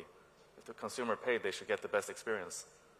So how do you position your offerings into an exclusive, very superior design and engineering product, and yet not dilute the positioning of the brand into a completely masses kind of a product? I think it's a step-by-step. You know, as a young company with a very limited size of the market, we can be very, very differentiated. But as we grow, then we need to cater to the more and more mass audience over time as well. It's just the natural cycle of a company. Okay, let me take a question from you. Large part of our audience is some way connected to the investing ecosystem, and you've also walked that path. About 150 million till date. You've raised via multiple ventures, getting as great names such as Google Ventures. Talk to us about your journey of fundraising, because that is the hard part, right? A lot of entrepreneurs in India, the amount of rejections they face, a lot of founders and team gets disintegrated in that process, getting disheartened. Tell us about your journey as an entrepreneur, selling your dream to a bunch of investors. I think the early stage is always easier. Like when you're at the angel stage or the seed stage, you just go to friends and they give you money. So I guess I'm lucky to have experience in the industry. So people thought that, okay, it's the second time. Here, have some money. But the later stages get more difficult because it's not about trusting you as a person. It's about the performance that you're able to deliver throughout over a period of time. So, I mean, it looks like we're quite good at raising money, but actually we face so many rejections. I've probably spoken to 100, 200 investors, and 100, 200 investors. Yeah, the majority have said no. I think it's just about finding the few that really believe in you and your vision. So how should one take a rejection and still keep our faith in our product, in our dream, the company we're trying to build, keep it on and keep on walking? Because what will your message be to many entrepreneurs who will be watching our conversation? I would say just keep going, because in the beginning, I also felt very disheartened by rejections. Imagine having like 3 or 4 pitch meetings every day for a month and getting rejected and getting challenged every day. It kind of, it impacts you, right? But if you keep going, it impacts you less and less. Now I don't really care what you say. So, yeah, just keep going. Great. You know, we are having this conversation also at a time, at least here in India, the spotlight is also on the funds raised by a lot of consumer tech companies and the utilization of those funds. What kind of growth have you achieved with the money raised so far? What is the visibility of scale up and profitability coming in later, all of that? The spotlight is on that right now. For 150 million raised so far, you have scaled up your company in many countries, and you have firepower for more growth ahead. How much emphasis would you pay on utilization of fund use? Should be very conscious. Are you conscious of that? 100%, especially in this environment. I don't know, I think globally we're going into recession, and when this happens, actually I think it's a good thing. I told the team as well. When the times are good, every team can fly. But when the times are bad, you'll really see which teams are the good teams and which we're just faking it. So I'm excited to see whether me and my team can make it out alive and be one of the good teams. Great, and I wish you and your team all the best wishes and good luck for scaling up into a very big force to reckon with global brand. Thank you very much. Thank you so much. Thank you very much, all of you listening.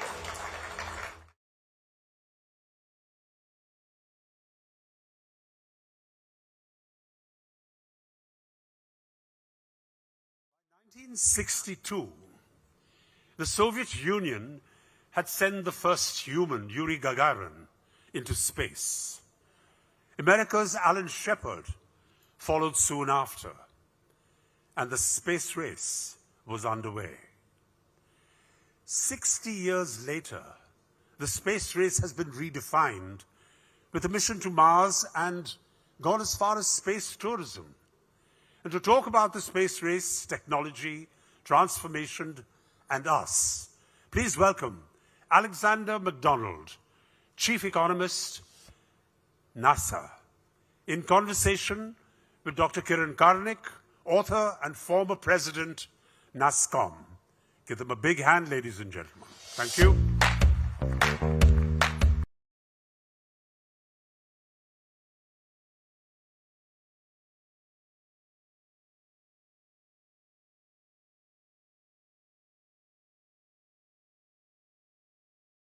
And pleasure and privilege to be at this very important event. truly become a landmark event for global participation from all business community. Interest rates. So, there has been some turbulence. At the same time, the growth rate projections for space industry are still incredibly high, between 8 and 12% for the next 5-10 years. And the fundamentals are incredibly strong. I mean, as I said, telecommunications, the demand for bandwidth is effectively infinite, as I think we all know. There's no shortage of need for internet access around the world, and space satellites are increasingly seen as a very cost-competitive form of actually delivering internet to people, particularly in rural areas. Of course, also government expenditures are increasing, and we're starting to see these new areas that are exciting to people, like space tourism and all these types of things that are starting to come into the picture. One of the other areas that we shouldn't forget, though, are these areas of spin-offs, and it's a real great honor to be with you because the Act 6 satellite program is actually legendary at NASA. It was really the first NASA-ISRO collaboration, and we hit it for 6 on the first time. Not only was it a successful mission, but it directly led to direct broadcasting systems from satellites, which had never been demonstrated before. So the spin-offs was in the hundreds of billions of dollars of value. Absolutely, Alex. I think, one forgets how early experiments and technological developments lead to long-term spin-offs in the economy. And today, DTH is so common.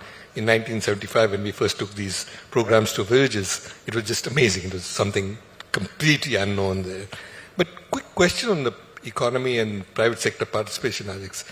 Do you see this as one area where, as in a few other areas, the big players, the very big players are going to be dominant? Are you just going to be, is the world going to be ruled by 3 or 4 big space companies, or do you see it much more widely spread? So I think it depends on the sector. The history of space exploration in the U.S. actually goes back, if you think about it, over 100 years on the private sector side. It was billionaires like Andrew Carnegie and John D. Rockefeller who funded the first observatories. The first venture capital investment was in the 1940s. So the history of private sector involvement is really diverse. In satellite telecom, I think there's a chance for there to be kind of a few big players. At the same time, some of the biggest new players have been these startups that become SPACs, and there is really a growth in that because of the low costs of satellites today. So I think there's really both going to be diversity, but also the high costs and barriers to entry do mean that there are some competitive advantages to first movers. But also, as you said, Alex, and I'm glad you touched on that because I know you've been one of the pioneers of small satellites called CubeSats and small sats. I think there's scope there for smaller companies. But let me just jump quickly in the interest of moving to a different topic and looking at our time constraints. Human spaceflight. It's something that excites us tremendously. Everybody wants to be able to go out there and look down on the Earth and see what it looks like. But what is your outlook on human spaceflight? For a while, the US took off on this, and man on the moon was the most exciting thing going by the end of the decade, which President Kennedy set as a target and did. Now there's a new and renewed interest with the Artemis program in particular. So where do you see this going, and what prospects do you see for human spaceflight? Human spaceflight really is one of those great romantic human achievements, right? There's always the question of why do we send humans, right? Robots can do these types of things. But the difference is that only humans can experience and only humans can tell stories. And the story of the Apollo program is kind of one of the most important of the 20th century. I think the Artemis program is going to be one of the most important stories of the 21st century, and I also think the Gaganyaan program is going to be one of the most important programs of the 21st century.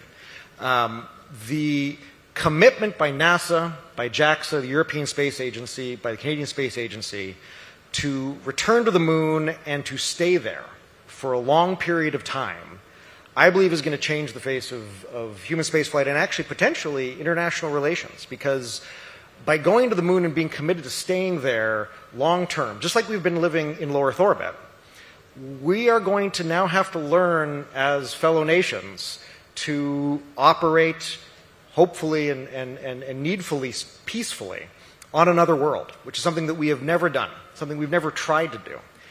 But we have done it in low Earth orbit. The International Space Station is one of the great achievements, I would argue, of the latter part of the 20th century, and it came through Cold War competitors coming together in space in a way that they were not necessarily coming together in other areas. If you have anyone in your life who is under than 20 years of age, they have not lived a day without a human living off of this planet and living in space.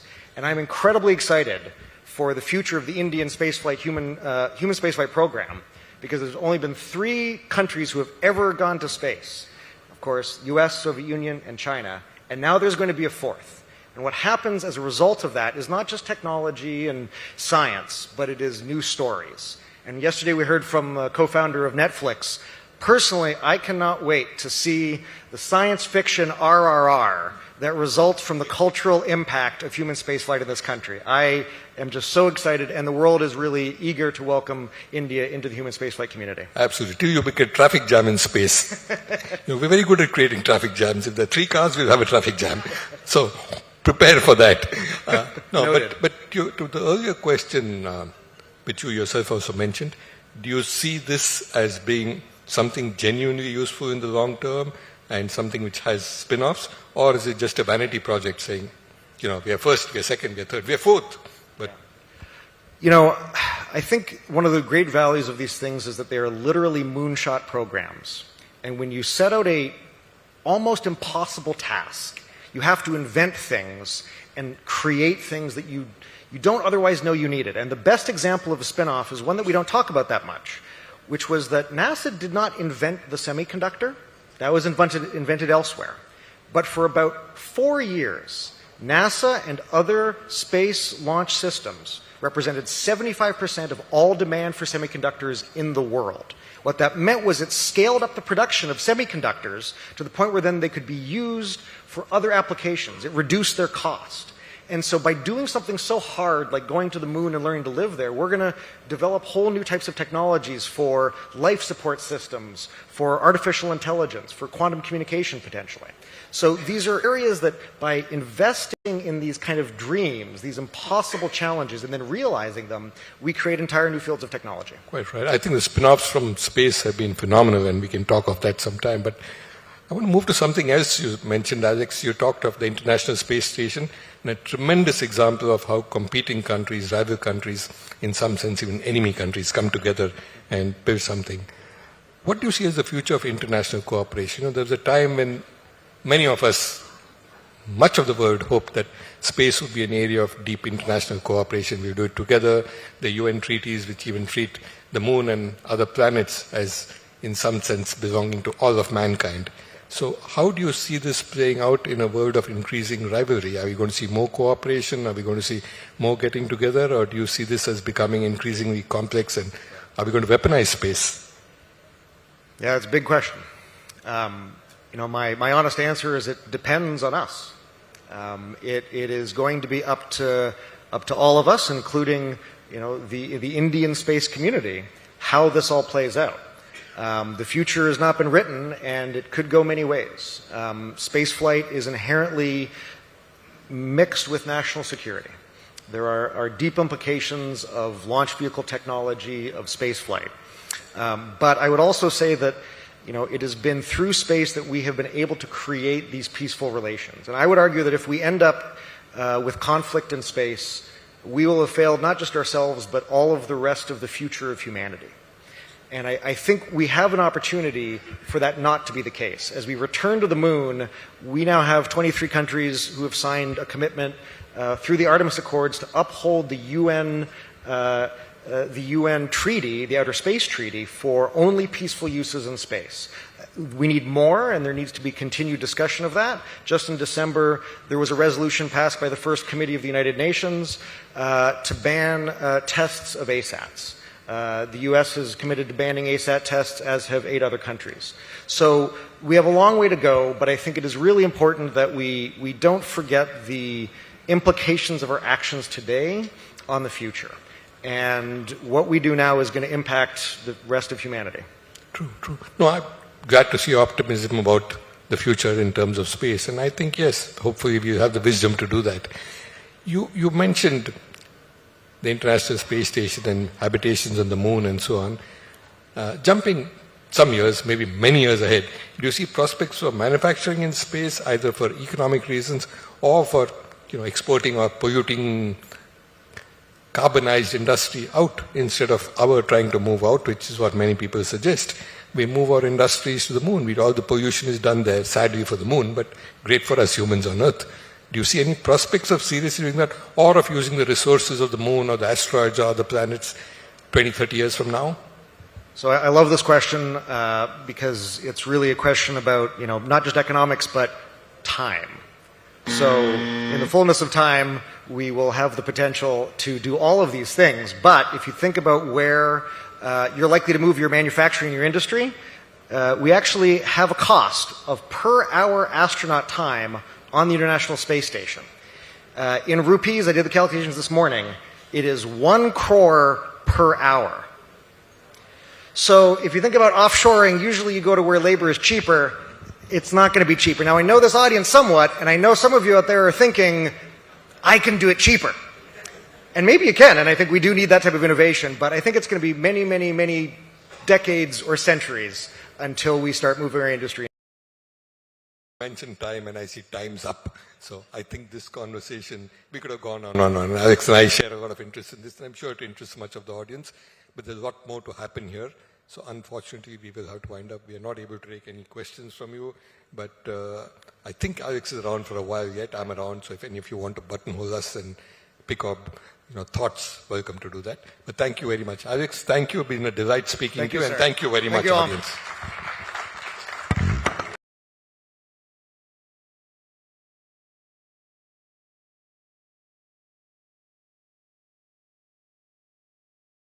The period 2020 to 22 will perhaps go down in the world history as unprecedented. The COVID-19 pandemic triggered innovations that perhaps would otherwise have taken decades in coming, if at all. So what does the global economic outlook look like?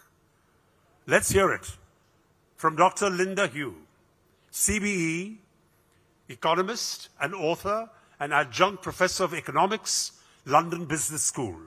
Please give her a warm welcome, ladies and gentlemen.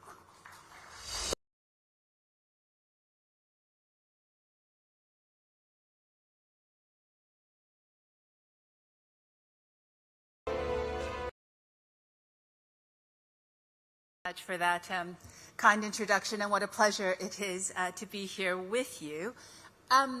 I am going to say that you must be quite a serious audience, because I know you've heard from a number of economists, and economics has been defined as the science of telling you things you've known your whole life, but in a language that you can't understand. So I've written 2 books on economic history there, The Great Crashes and The Great Economists. What I'm going to do in my brief time with you is actually try and learn some lessons from history. I'm going to take the economic outlook. I'm going to take a look at the short term. I'm going to take a look at the medium term. And then I'm going to take a look ahead to the longer term.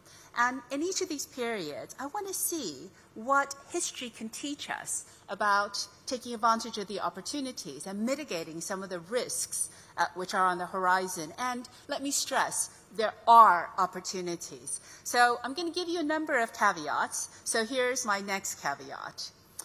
This is actually from Mark Twain, who said, "History doesn't repeat itself, but it often rhymes."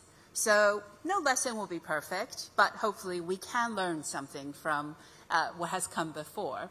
My second caveat is, I told you I'm going to take you from the short, medium to the longer term, and if you get a little depressed in the short term, it does begin to look better in the medium to the longer term.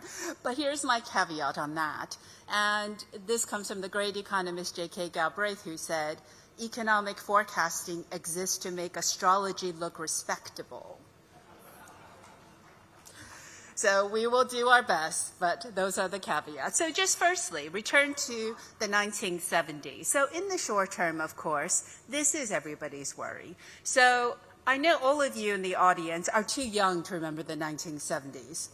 So let me just remind you, it was a period like today of supply-side shocks. So that means that inflation was coming from global factors, and it meant it's very difficult for domestic economic policy to do much, because most monetary and fiscal policy are actually geared at demand-driven shocks and recessions. So, normally in a recession, you want to cut interest rates. However, if you have to contain inflation, you have to raise interest rates. And that's why this period is like the 1970s, where it is extremely challenging to weather a supply-side induced recession. So the 1970s created a term called stagflation, a stagnant economy and double-digit inflation, rising prices, not once but twice in that decade. So how does today compare, and what can we learn?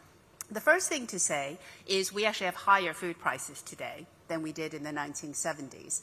And that's because the source of the supply-side shock in the 1970s were two wars in the Middle East, the Yom Kippur War in 73-74 and the Iraq-Iran War in 79, which went on for a decade. Today, it's induced by the Russia-Ukraine war, and both those countries are actually major commodity exporters. So what that's saying is that there is a challenge because there's another avenue of inflation through commodities, and that's why core inflation, so this is when you strip out volatile items like food and energy, it's still well above central bank's 2% targets. There's a degree of stickiness as a result of this widespread source of inflation.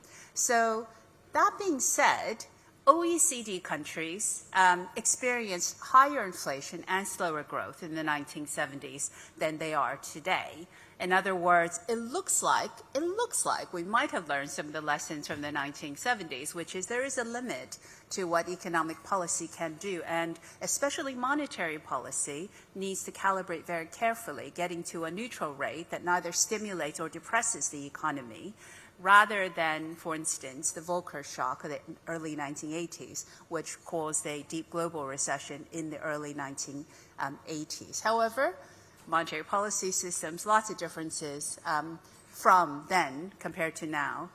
However, I stress that as a result of hopefully having learned the lessons, you already begin to see prices coming down in a number of countries. So we are looking at a recessionary environment this year, but with prices beginning to moderate, hopefully this will not be as bad as it was in the early 1980s. So in the short term, it's a period of uncertainty, limited economic policy tools, but I think hopefully the lessons have been learned. I want to move to the medium term. Now, the lesson here is actually from the 1990s. So the 1990s was characterized by lots of things, including a growth in the computer age. And let me describe it as, I'm going to quote another great economist, Robert Solow, who said, you can see the computer age everywhere, except in the productivity data. He also said, the difference between giving my secretary a computer is that before she had one, she worked for me, and now I work for her. So this Solow paradox is what we could potentially learn from the 1990s. There was a period in the late 1990s in the United States in which total factor productivity actually rose. And that's because, it sounds so obvious, firms actually changed the way they do business. They didn't just invent the technology, they used it. So I'm going to ask for a show of hands, if that's all right, which is, how many of you used Zoom in 2019 before the pandemic? Okay, so we've got a few people. They IPO'd before the pandemic, but we use that and other systems now, which changes the way we work because business practices have changed. So the technology was always there. So what are the medium-term trends businesses need to look for in order to make sure you are ahead, you are the using Zoom in the 2019 company looking forward? So the very first thing is changes in behavior. So workers have changed, and the Great Resignation, where lots of workers quit, and tight labor markets is another difference between today and the 1970s. I'm going to use a survey of U.S. companies, which actually said if you were told by your boss to come back to the office 5 days a week, what would you do? So 57% would comply and return. 35% would return and then secretly look for a job on their computer at work. 6% would just quit.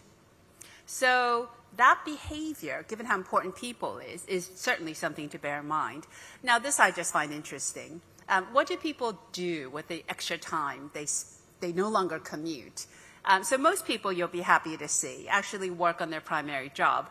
But if you look down there, just under 10% of people actually have a secret second job. That, and then looking at firms, this is coming back to my Zoom point. 72% of European companies, I'm taking different snapshots of different countries here, think that COVID, these trends will endure. So why don't they invest to make the most of knowing these trends? So 2 things, uncertainty and availability of skills. Availability of skills requires training and government support. Uncertainty is the other lesson I want to draw. The end of the 1990s resulted in the dot-com boom and then bust. The companies that did best were the companies that kept a close eye on the bottom line and invested strategically. Because if you can do well in a downturn, you'll do really well in an upturn. And yet the tendency in a recession is just to cut back. And that actually is not the recipe for enduring a period of downturn. You need to look at these trends and invest and try to grow well, because what is inevitable is boom will follow bust and bust will follow boom. And then finally, as I say, in the long term, could we be facing another golden age? I'm going to take us to the Asia region now. So the 1950s and 60s are known as the golden age of economic growth. Per capita incomes never grew as strongly as during that period. What drove it? It was the mass commercialization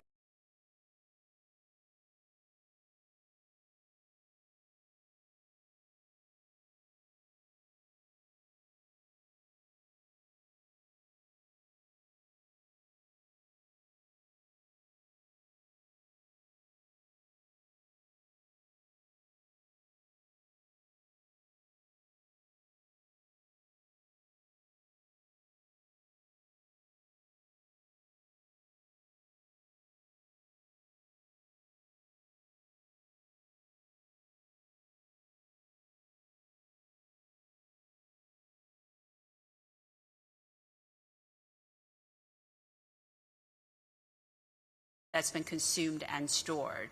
So the 21st century may not entirely be data, but it's going to be a lot of data. And the opportunities to recognize that and make the most of it, I think, would help position your company for the longer term. So thank you. It literally says my time is up. I'm waiting for the buzzer. So I'm going to wrap up and say, I hope I've given you a sense that the short, medium, and the longer term holds massive amounts of opportunities, but hold on to your convictions, know what your core offering is, invest strategically, watch the bottom line, and you will come out better, history says, than others who don't. Thank you very much for your kind attention.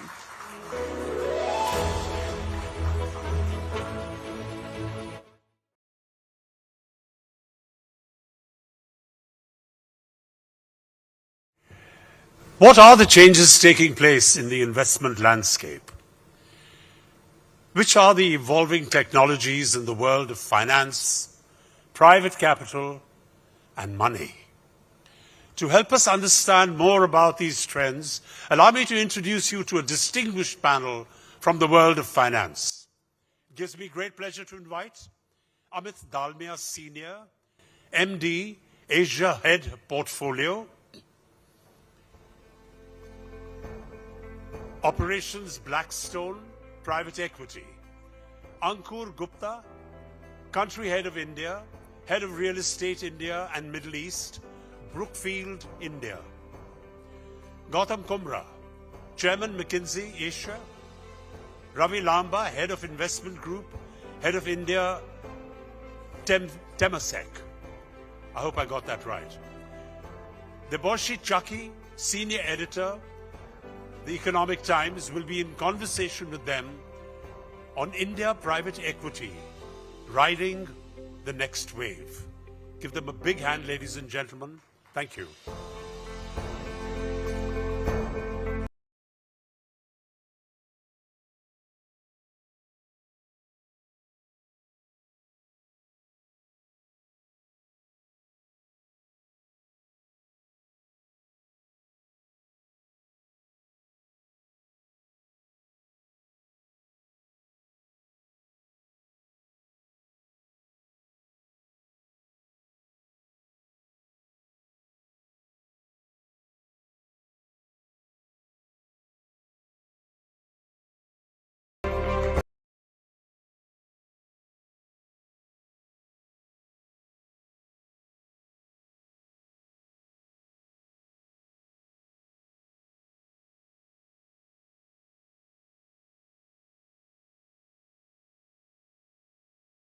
Everyone for joining us. Thank you all panelists. I'll quickly start with the big picture question first. We are at a situation where interest rates are where they are and they're probably going to be there for some time. There is already a consensus that the world might be in a mild recession already in certain parts of the world, in the Western economies especially. India is, it's again widely agreed that India is going to be a bright spot. A lot of capital chasing India. At the same time, the valuations are where they are. In the overall situation, has your India allocation or India strategy tweaked to some extent? I'll start with Ravi. You have been one of the oldest, investors in India. I think you started in 2012 when you started investing in India? Before that, probably. Before that, 2004, yeah. 2004, yeah. Well, I think, we are obviously excited about the prospects in India. We are positive, and we don't allocate by geography or by industry. So we are bottom-up investors. So we see the opportunity globally, we will go there. India portfolio is doing really well. We like the macro. We're very focused on, we are very thematic in the way we put money to work. And the two themes that we like a lot are digitization and the future of consumption, which are actually the themes you're focused on in India, where there's a lot of growth. So yeah, we're positive on India. Amit, you want to also answer? You have relatively recently, started investing in a massive way. I mean, you've been around for a while, but I think the whole allocation part, I think, has just. Sorry, I wanted to ask Ankur. I'm so sorry. I'll come to Amit later. Ankur, you want to answer that? Yeah. So, would echo what Ravi said. India is a fantastic macro. It's always been fantastic macro for a number of decades now. But the investing environment has become more conducive in the last decade and a half. Certainly our track record of investing in India has been there for more than 8 years. And first 4 years were really understanding what not to do. So it's been a good macro. The micro is getting better. To your question on global interest rates, I don't think anybody should have imagined that interest rates will remain zero forever.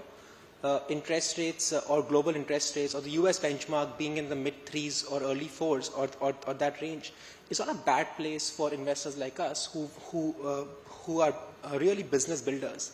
And while India looks better than the West simply because we are accustomed to higher cost of capital, our inflation does sort of stack up quite well to the RBI target. So, between 4 to 6%, we are slightly above 6% right now. So in that context, the macro seems more stable. If the world does see a mild recession, I think the world has been in a mild recession if you look at on balance, and that's not necessarily a bad thing where some of the businesses will have to be restructured and good businesses will thrive very well. So coming to the valuation question, Ravi, I'd like to ask you, do you see the valuations in the public markets and also in the private markets, remain there? You feel this is a good time to make an entry? What is the sense that you get? Yeah, valuation, I think, no one has a crystal ball on valuations for sure. But I think valuations right now, at any point in time, is a matter of, it's an art, really not a science. I think of it that way. We're driven by intrinsic value. We don't look at market value as much. And sometimes market value is ahead, sometimes it's behind. So we are intrinsic value, we are fundamental investors, so we look at it from that perspective. And if the public market valuations are higher than intrinsic value, we just don't enter that market. We try and find private investments where we can negotiate valuation, which is much easier to do. And because we are flexible, we can do private or public. and we can do early stage, mid stage, and late stage. In all those, and taken, and especially in a market that's growing like India is, I think if you invest well, then the macro growth also will carry you. So we're not so concerned about valuations. If it's just high, we just don't invest that time. Right. So a lot of people are also saying that, we obviously gauged the market, a few years ago, and we thought this kind of, this XX, XXX, whatever kind of exits will happen. So a lot of, funds we speak to, they also are saying that they're going to tweak their, maybe the kind of investments they want to make, they won't be as large, as they thought they would be. Are you also, reworking the strategy, maybe find smaller, nimbler companies to invest? Any thought process there, Ravi?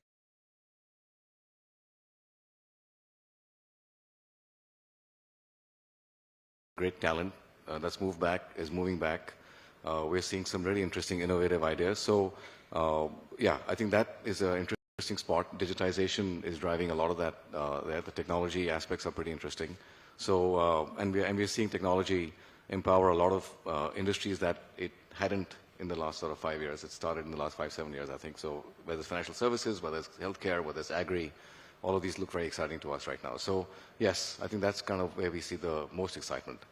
Right. Coming to Amit, Blackstone has been the largest, one of the largest, I think, when it comes to portfolio companies. The whole question, buying something at a value and creating more value, you are obviously here for an exit at some point. How is that working for you? What kind of key changes you think are required to make that exit, that promised exit happen? Well, thanks, Debarshi. First of all, good afternoon, everyone. Delighted to be part of this panel in front of this August gathering. And before I go to value creation, I think, Debarshi, just on your question on investment allocation to India and how do we see it, if we step back and look at across the globe, the inflation and interest cycle discussion which is happening, at least our house view is that, with the monetary tightening which is taking place by the central banks across the globe, inflation will cool down.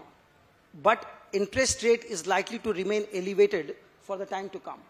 Because if you think about it, from 8%, bringing it down to 4% is relatively simpler than bringing it down from 4% to 2%. So therefore, while many of the economists and market is predicting that second half of this year, the interest rate could come down, but at least our house view is that it will not be the case.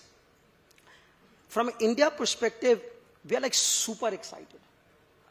As a country, as a geography, and Gautam, McKinsey has published report and UI, etc. India has a lot going on in its favor, right? So whether it's in terms of demography, in terms of tech talent, geopolitical factors, etc. And in these volatile environments, there are market dislocations which take place. And that creates opportunity for long-term investors. So for funds like us, we see these as opportunity. And India is no longer you first allocate the fund to US, Europe, China, Japan, and then look at India. India is at the center stage of capital allocation. It's extremely important. And let me back you with some of the data points which are more for Blackstone. We have about $187 billion of dry powder globally. And for Asia, the fund which we raised last time, which is 2 years back, is 3 times of what it used to be earlier. So in terms of dry powder, so when people say capital is scarce, we say capital is expensive, but not scarce. Capital is available. So for the right opportunities at the right valuation, you can get the capital. The second point is that India, if you look at in terms of size, for us, it's the 3rd largest market globally. So after US, UK, India is the 3rd largest market. We have almost $50 billion of assets between private equity and real estate. But the most important point is that India is the best performing geography globally for Blackstone. So if you have such a high dry powder, if you have such a large market, and if you have such a high performing, outperforming market, there is no reason for capital not to flow into the country, right? Sorry, I've given you the answer to the first question, but coming back to your question on value creation, as my colleague Ankur also mentioned about business builder or a value creation is where gone are the days where alpha gets created by buying low and selling high. That's no longer the model. Everybody has money to invest in, but you can create value for your stakeholder by having a business builder approach. So that's what we focus on. And there, focusing on the company's management team, etc., is extremely important. And that's why we look for control investment and part of the core investment thesis. And for building business, the three most important things is number one, management, number two, management, and number three, management. So management is what makes all the difference between winning and losing. So if you get the right quality talent, you can create enormous value. So for us, that's the core part of investment what we focus on. Absolutely. Let me ask Gautam. He's the person, he's the man who creates that alpha. One thing is to make an investment and then to make that investment worthwhile. Gautam, what is typically your advice to private equity investors? Once they have invested, how do you create that alpha? So firstly, just a comment. Unlike my colleagues here, I'm not an investor, but we do work closely with investors to help them create value. Firstly, I think what our colleagues represent is a very important investment class. If you look at the entire private investment capital in Asia alone over the last decade, it's gone up from about $400 billion to about $2 trillion. So this investment class that our colleagues represent on the panel actually has almost gone up 5 times in the last 10 years. And that's important to take note of. It's not a small investment class, it's a growing and large investment class. If you break that down further, by the way, and you look at just private equity and venture capital, the two main segments, they tend to be amongst the largest ones in Asia. I think India is one of the fastest growing markets. Certainly, I think somewhere between $40 to $50 billion, I think was literally last year, money that was invested into India. What is also interesting to note, by the way, is that the money going into India is now meaningful even when you compare to China. Just 2 or 3 years ago, I think it was about 1/3 of China. We are now almost at 2/3 of China. Obviously, China numbers have been a bit depressed recently, but no matter how you look at it, I think the investment class is big. India is a growing market, and you are seeing all kinds of strategies at play, right? You're seeing growth capital, you're seeing buyouts, you're seeing pipe deals. So I think this is going to be a very interesting category even from our perspective. And we as a firm are very committed to finding ways to partner with private equity investors, because we often find that our mindset and incentives are linked because we want to deliver a big outcome. Now, to your point about the big outcome, I just add 2-3 points to your point. I think first is, I 100% agree with the point on management. I would in fact call it talent to value. Talent to value. We've studied, in fact, gone back in the history of returns private equity investors have delivered, and gone back, and if you segment their portfolios and by IRR and you look at the ones that really delivered outsized outcomes, it had to do with those CEOs and management teams being really disciplined in putting their best talent against the highest value creating opportunities. It's not about a hierarchical structure, it's about, so to give you an example, if I'm running Apple, the guy who designs my iPad is a highly important job. It's one of my top 2% jobs. I need to make sure that that job is staffed with one of the best people I got, because 2% of the people will make a difference to 80% of the value creation. So talent to value is the one thing I'd say. Second thing I'd say is bold moves. You see, everything we've learned about strategy is that if you want to break out, if you want to take a middle company, average company, or a below average company and you want to make it into an outstanding company, the only way you can do that is by making bold moves.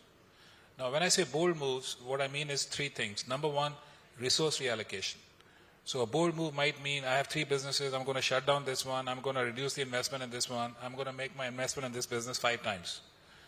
Right? I give you an example of what I mean by a bold move. I spent a lot of time in Japan in my role. Hitachi as a global company has sold $40 billion of assets in the last 10 years and bought $40 billion of assets in the last 10 years. And fundamentally reposition the company into a digital and energy transition company and a tech company, right? And by the way, some of the private equity investors have bought a lot of their companies. In fact, the KKR guys were telling me they just bought Hitachi Logistics as one example of a deal like that. So bold moves. Okay, you need to do that. You need to restructure your portfolio because you may or may not be in the right segment. That is very important.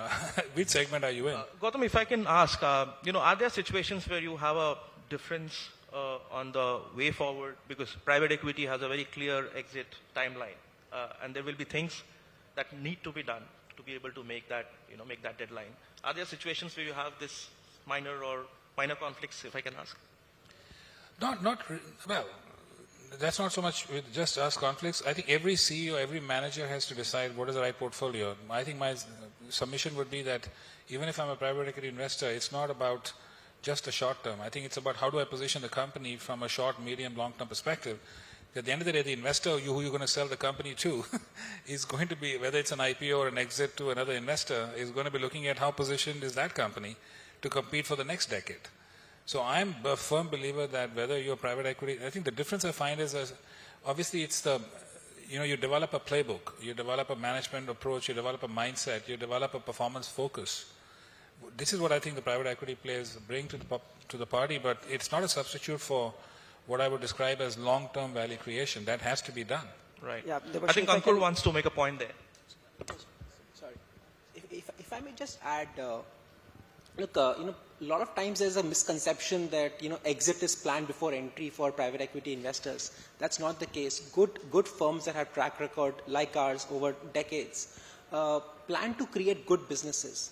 Exits or recapitalization events are a natural phenomena. So the best performing businesses are run for perpetuity, and exits or public market listing or recapitalizations, dividend recaps, all of those things are a matter of progression of a business. One thing Amit said, buy low, sell high. What does buy low or sell high mean? Sell high means that public markets or other investors are giving you a higher multiple because the risk is lower in a business. So and other phenomena in our business is to increase cash flows. So if both the phenomena are happening, that means a different class of shareholders, could be equity or debt, are attracted to businesses which are very well run, where bold moves have taken place, where concentration of resources have happened, which have generated the highest alpha or highest return on capital. So, and especially in India, lots of markets in the world, certainly low growth economies, are about restructured companies, about really fixing capital structures. In a place like India, our economy has really moved from very much concentrated on family businesses to a professional setup. That middle layer of family-run businesses going public and then becoming professional, I think private equity or private capital has taken that role, which means it's contingent upon people like us to actually go and build businesses, which only can be successful if we have a long-term view. No, that I agree. Let me take this question to Ravi. And I'm sure you agree. Private equity, institutional capital in some way has become a stamp of approval, at least where corporate governance is concerned. We have seen, I'm not going to take specific examples, but we have seen in the listed space, the moment there's a private equity investment, the stock has run up, You agree with that notion? And what would you sort of look, if somebody from here probably wants to come and make a pitch to you, what are the things that you're going to look at? Well, I don't think any of us can believe that because we enter, the stock should go up just because we entered, because there's a journey, there's an investment thesis that has to play out. But I do think that when private equity enters, we do due diligence, and we focus on several aspects of the company for diligence, whether it's the business plan, whether it's the management, whether it's, the industry. And then after doing our diligence, we make an investment, and look, we do get it wrong as well. So I don't think there are any guarantees when we put capital to work. So at the end of the day, it just comes down to doing the best diligence you can, trying to, fill the gaps that may exist in governance. We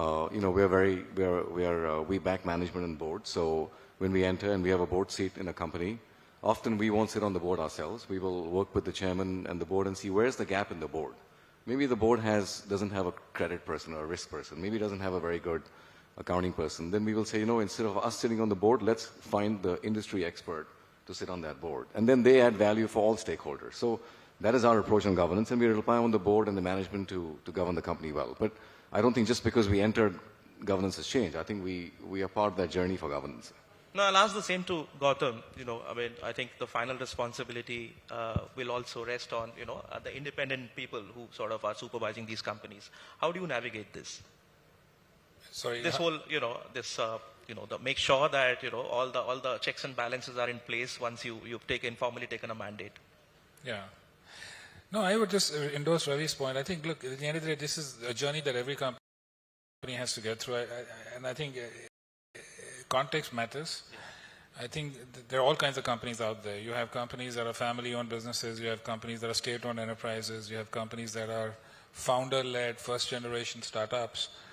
I think you have to obviously do what is needed for that company at that time in that context. So firstly, I would say it's not one general recipe for everybody. I think there are obviously good management practices that everybody has to work towards. I think the 2-3 things I would say. First is a company that, as you said, can last generations. And by the way, it's not easy to do that. Right?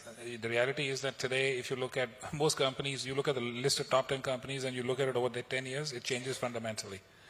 Right? You look at the tenure of a CEO in the job is down from what used to be 10 years to now less than 5 years. CEO attrition is up from 15% to 30%.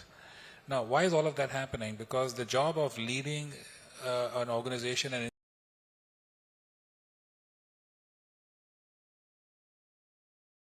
institution to really build a company that stands for execution, stands for alignment and direction, and a company that can renew itself when things change in the external market. So that, to me, is the foundation of a good company. You obviously need great governance, right? Because you're representing multiple stakeholders. And these days, the mandate of a company or the mandate of a CEO is no longer only shareholder value. As we all know, I think the game has shifted. The game has shifted to multiple stakeholder management, and you have to be respectful of the community. You have to be conscious of what the regulator expects. You have to be conscious of what the world expects. So a great company is one that not only has a great way of running the business, but also finds a way to meet all those stakeholder expectations. And the board, I think, is a piece of that. I think it's a piece of that in helping the CEO manage and ensure that all those stakeholder expectations are met. Sure. Now, coming to the one of the most important issues and topic of our times, ESG. Blackstone only does, buyout deals largely, and you run, I think, the entire Asia portfolio, Amit. Yeah. How are you, targeting these goals, and what has been your sort of experience so far? ESG, all of us know that today in the current environment, for every company, for every investor, is quite integral part of the business. And at our firm, there are 3 stages of intervention which we do on ESG front. One is at a corporate level, so within Blackstone. So we have a whole organization structure, steering committees, etc., who drives ESG program within the firm as well as in the portfolio companies. Second is at an investment level, where as part of the diligence process, as part of the assessment, you make sure that you are able to identify what are the gaps and what needs to be done. And third is at the portfolio level, which is basically post the investment is made, then you engage with the management team quite actively to drive, or to reduce the gap on the ESG side. And these are obviously, the managements are your management largely, or these are some of these legacy managements as well? So these are company management teams. And for us, it's basically, we work closely with them and figure out how we can bolster the management team, how we can find more fit for purpose executives. And like, for instance, for us, we have taken 3 big targets. One is on the carbon emission front, that every company which we invest in, we will reduce the carbon emission by 15% in the first 3 years of investment. Similarly on diversity, that more than 1/3 of the board has to be diverse. And on governance, governance, as my fellow panelists have spoken about, but that's like table stake for us. And we do more controlled buyout deals. So therefore, governance, there are no questions asked. That takes highest priority, and there's no compromise on that front. So therefore, we are very, very actively working with our companies to see how we can do it. We have achieved some, distance, but there's a long way to go. Right. Now, Ankur is smiling. He wants to talk about it too. Second, the importance of ESG is, as Amit was saying, it's in the investment process itself. For us, ESG impact or ESG shortfall in a company that we are buying is the first section in our investment committee memo. Second is to set targets which may look unrealistic but are achievable, and making management teams and all of us accountable for it. This year we reduced our net zero in our real estate business, which is a large business, about $8 billion in the country, to 2040. Globally, we've set ourselves 2050. So for India, we've set ourselves 10 years lesser than what our global targets are, because India market requires that. We are a dynamic country. let's prove that we can achieve targets which are stiff but achievable. Our GRESB rating, which is an indicator of how green your economy is, or your office parks are, it's in the mid-90s. That's the highest in the Brookfield ecosystem in the world right now. We are partnering with Temasek on a very large fund, which is $15 billion, only focused on transition economy, which is not green only, which is go where carbon is. So it's really putting your effort where the requirements are, and not be shy to take those bold calls in making a difference. We are almost out of time, but Gautam, you want to also add? Just one comment before Ravi, just 30 seconds. I think my panelists talked about what I would call the defensive posture, the decarbonization piece, but I want to make sure we also don't lose sight of the offensive side. And there is a massive green business building opportunity in front of entrepreneurs in India and elsewhere. In fact, when we size this over the next decade, there's about $12 trillion of green business building opportunity, of which Asia will be 5 and India will be about 1.5. Right? So I think there's the other side of it. And I think that's going to be particularly interesting in India, where a lot of the infrastructure still has to be built.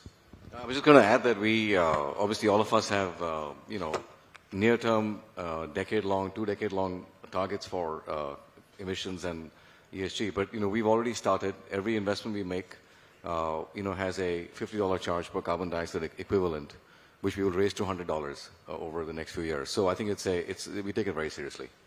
Right. Thank you, gentlemen. This discussion can go on for a very, very long time. A lot of things to still cover, but we'll keep it for the next time. Thank you so much for joining us today. Thank you so much. Thank you.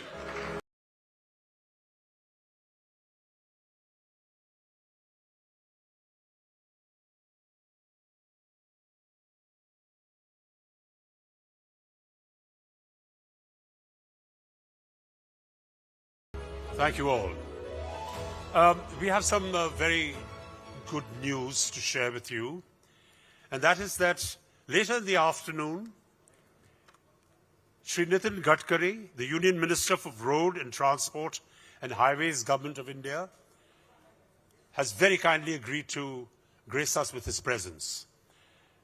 And now I would like to give you another bit of good news, and that is that lunch is ready. But we would like you back here by 1:55, please, and enjoy yourselves, enjoy your lunch. Thank you.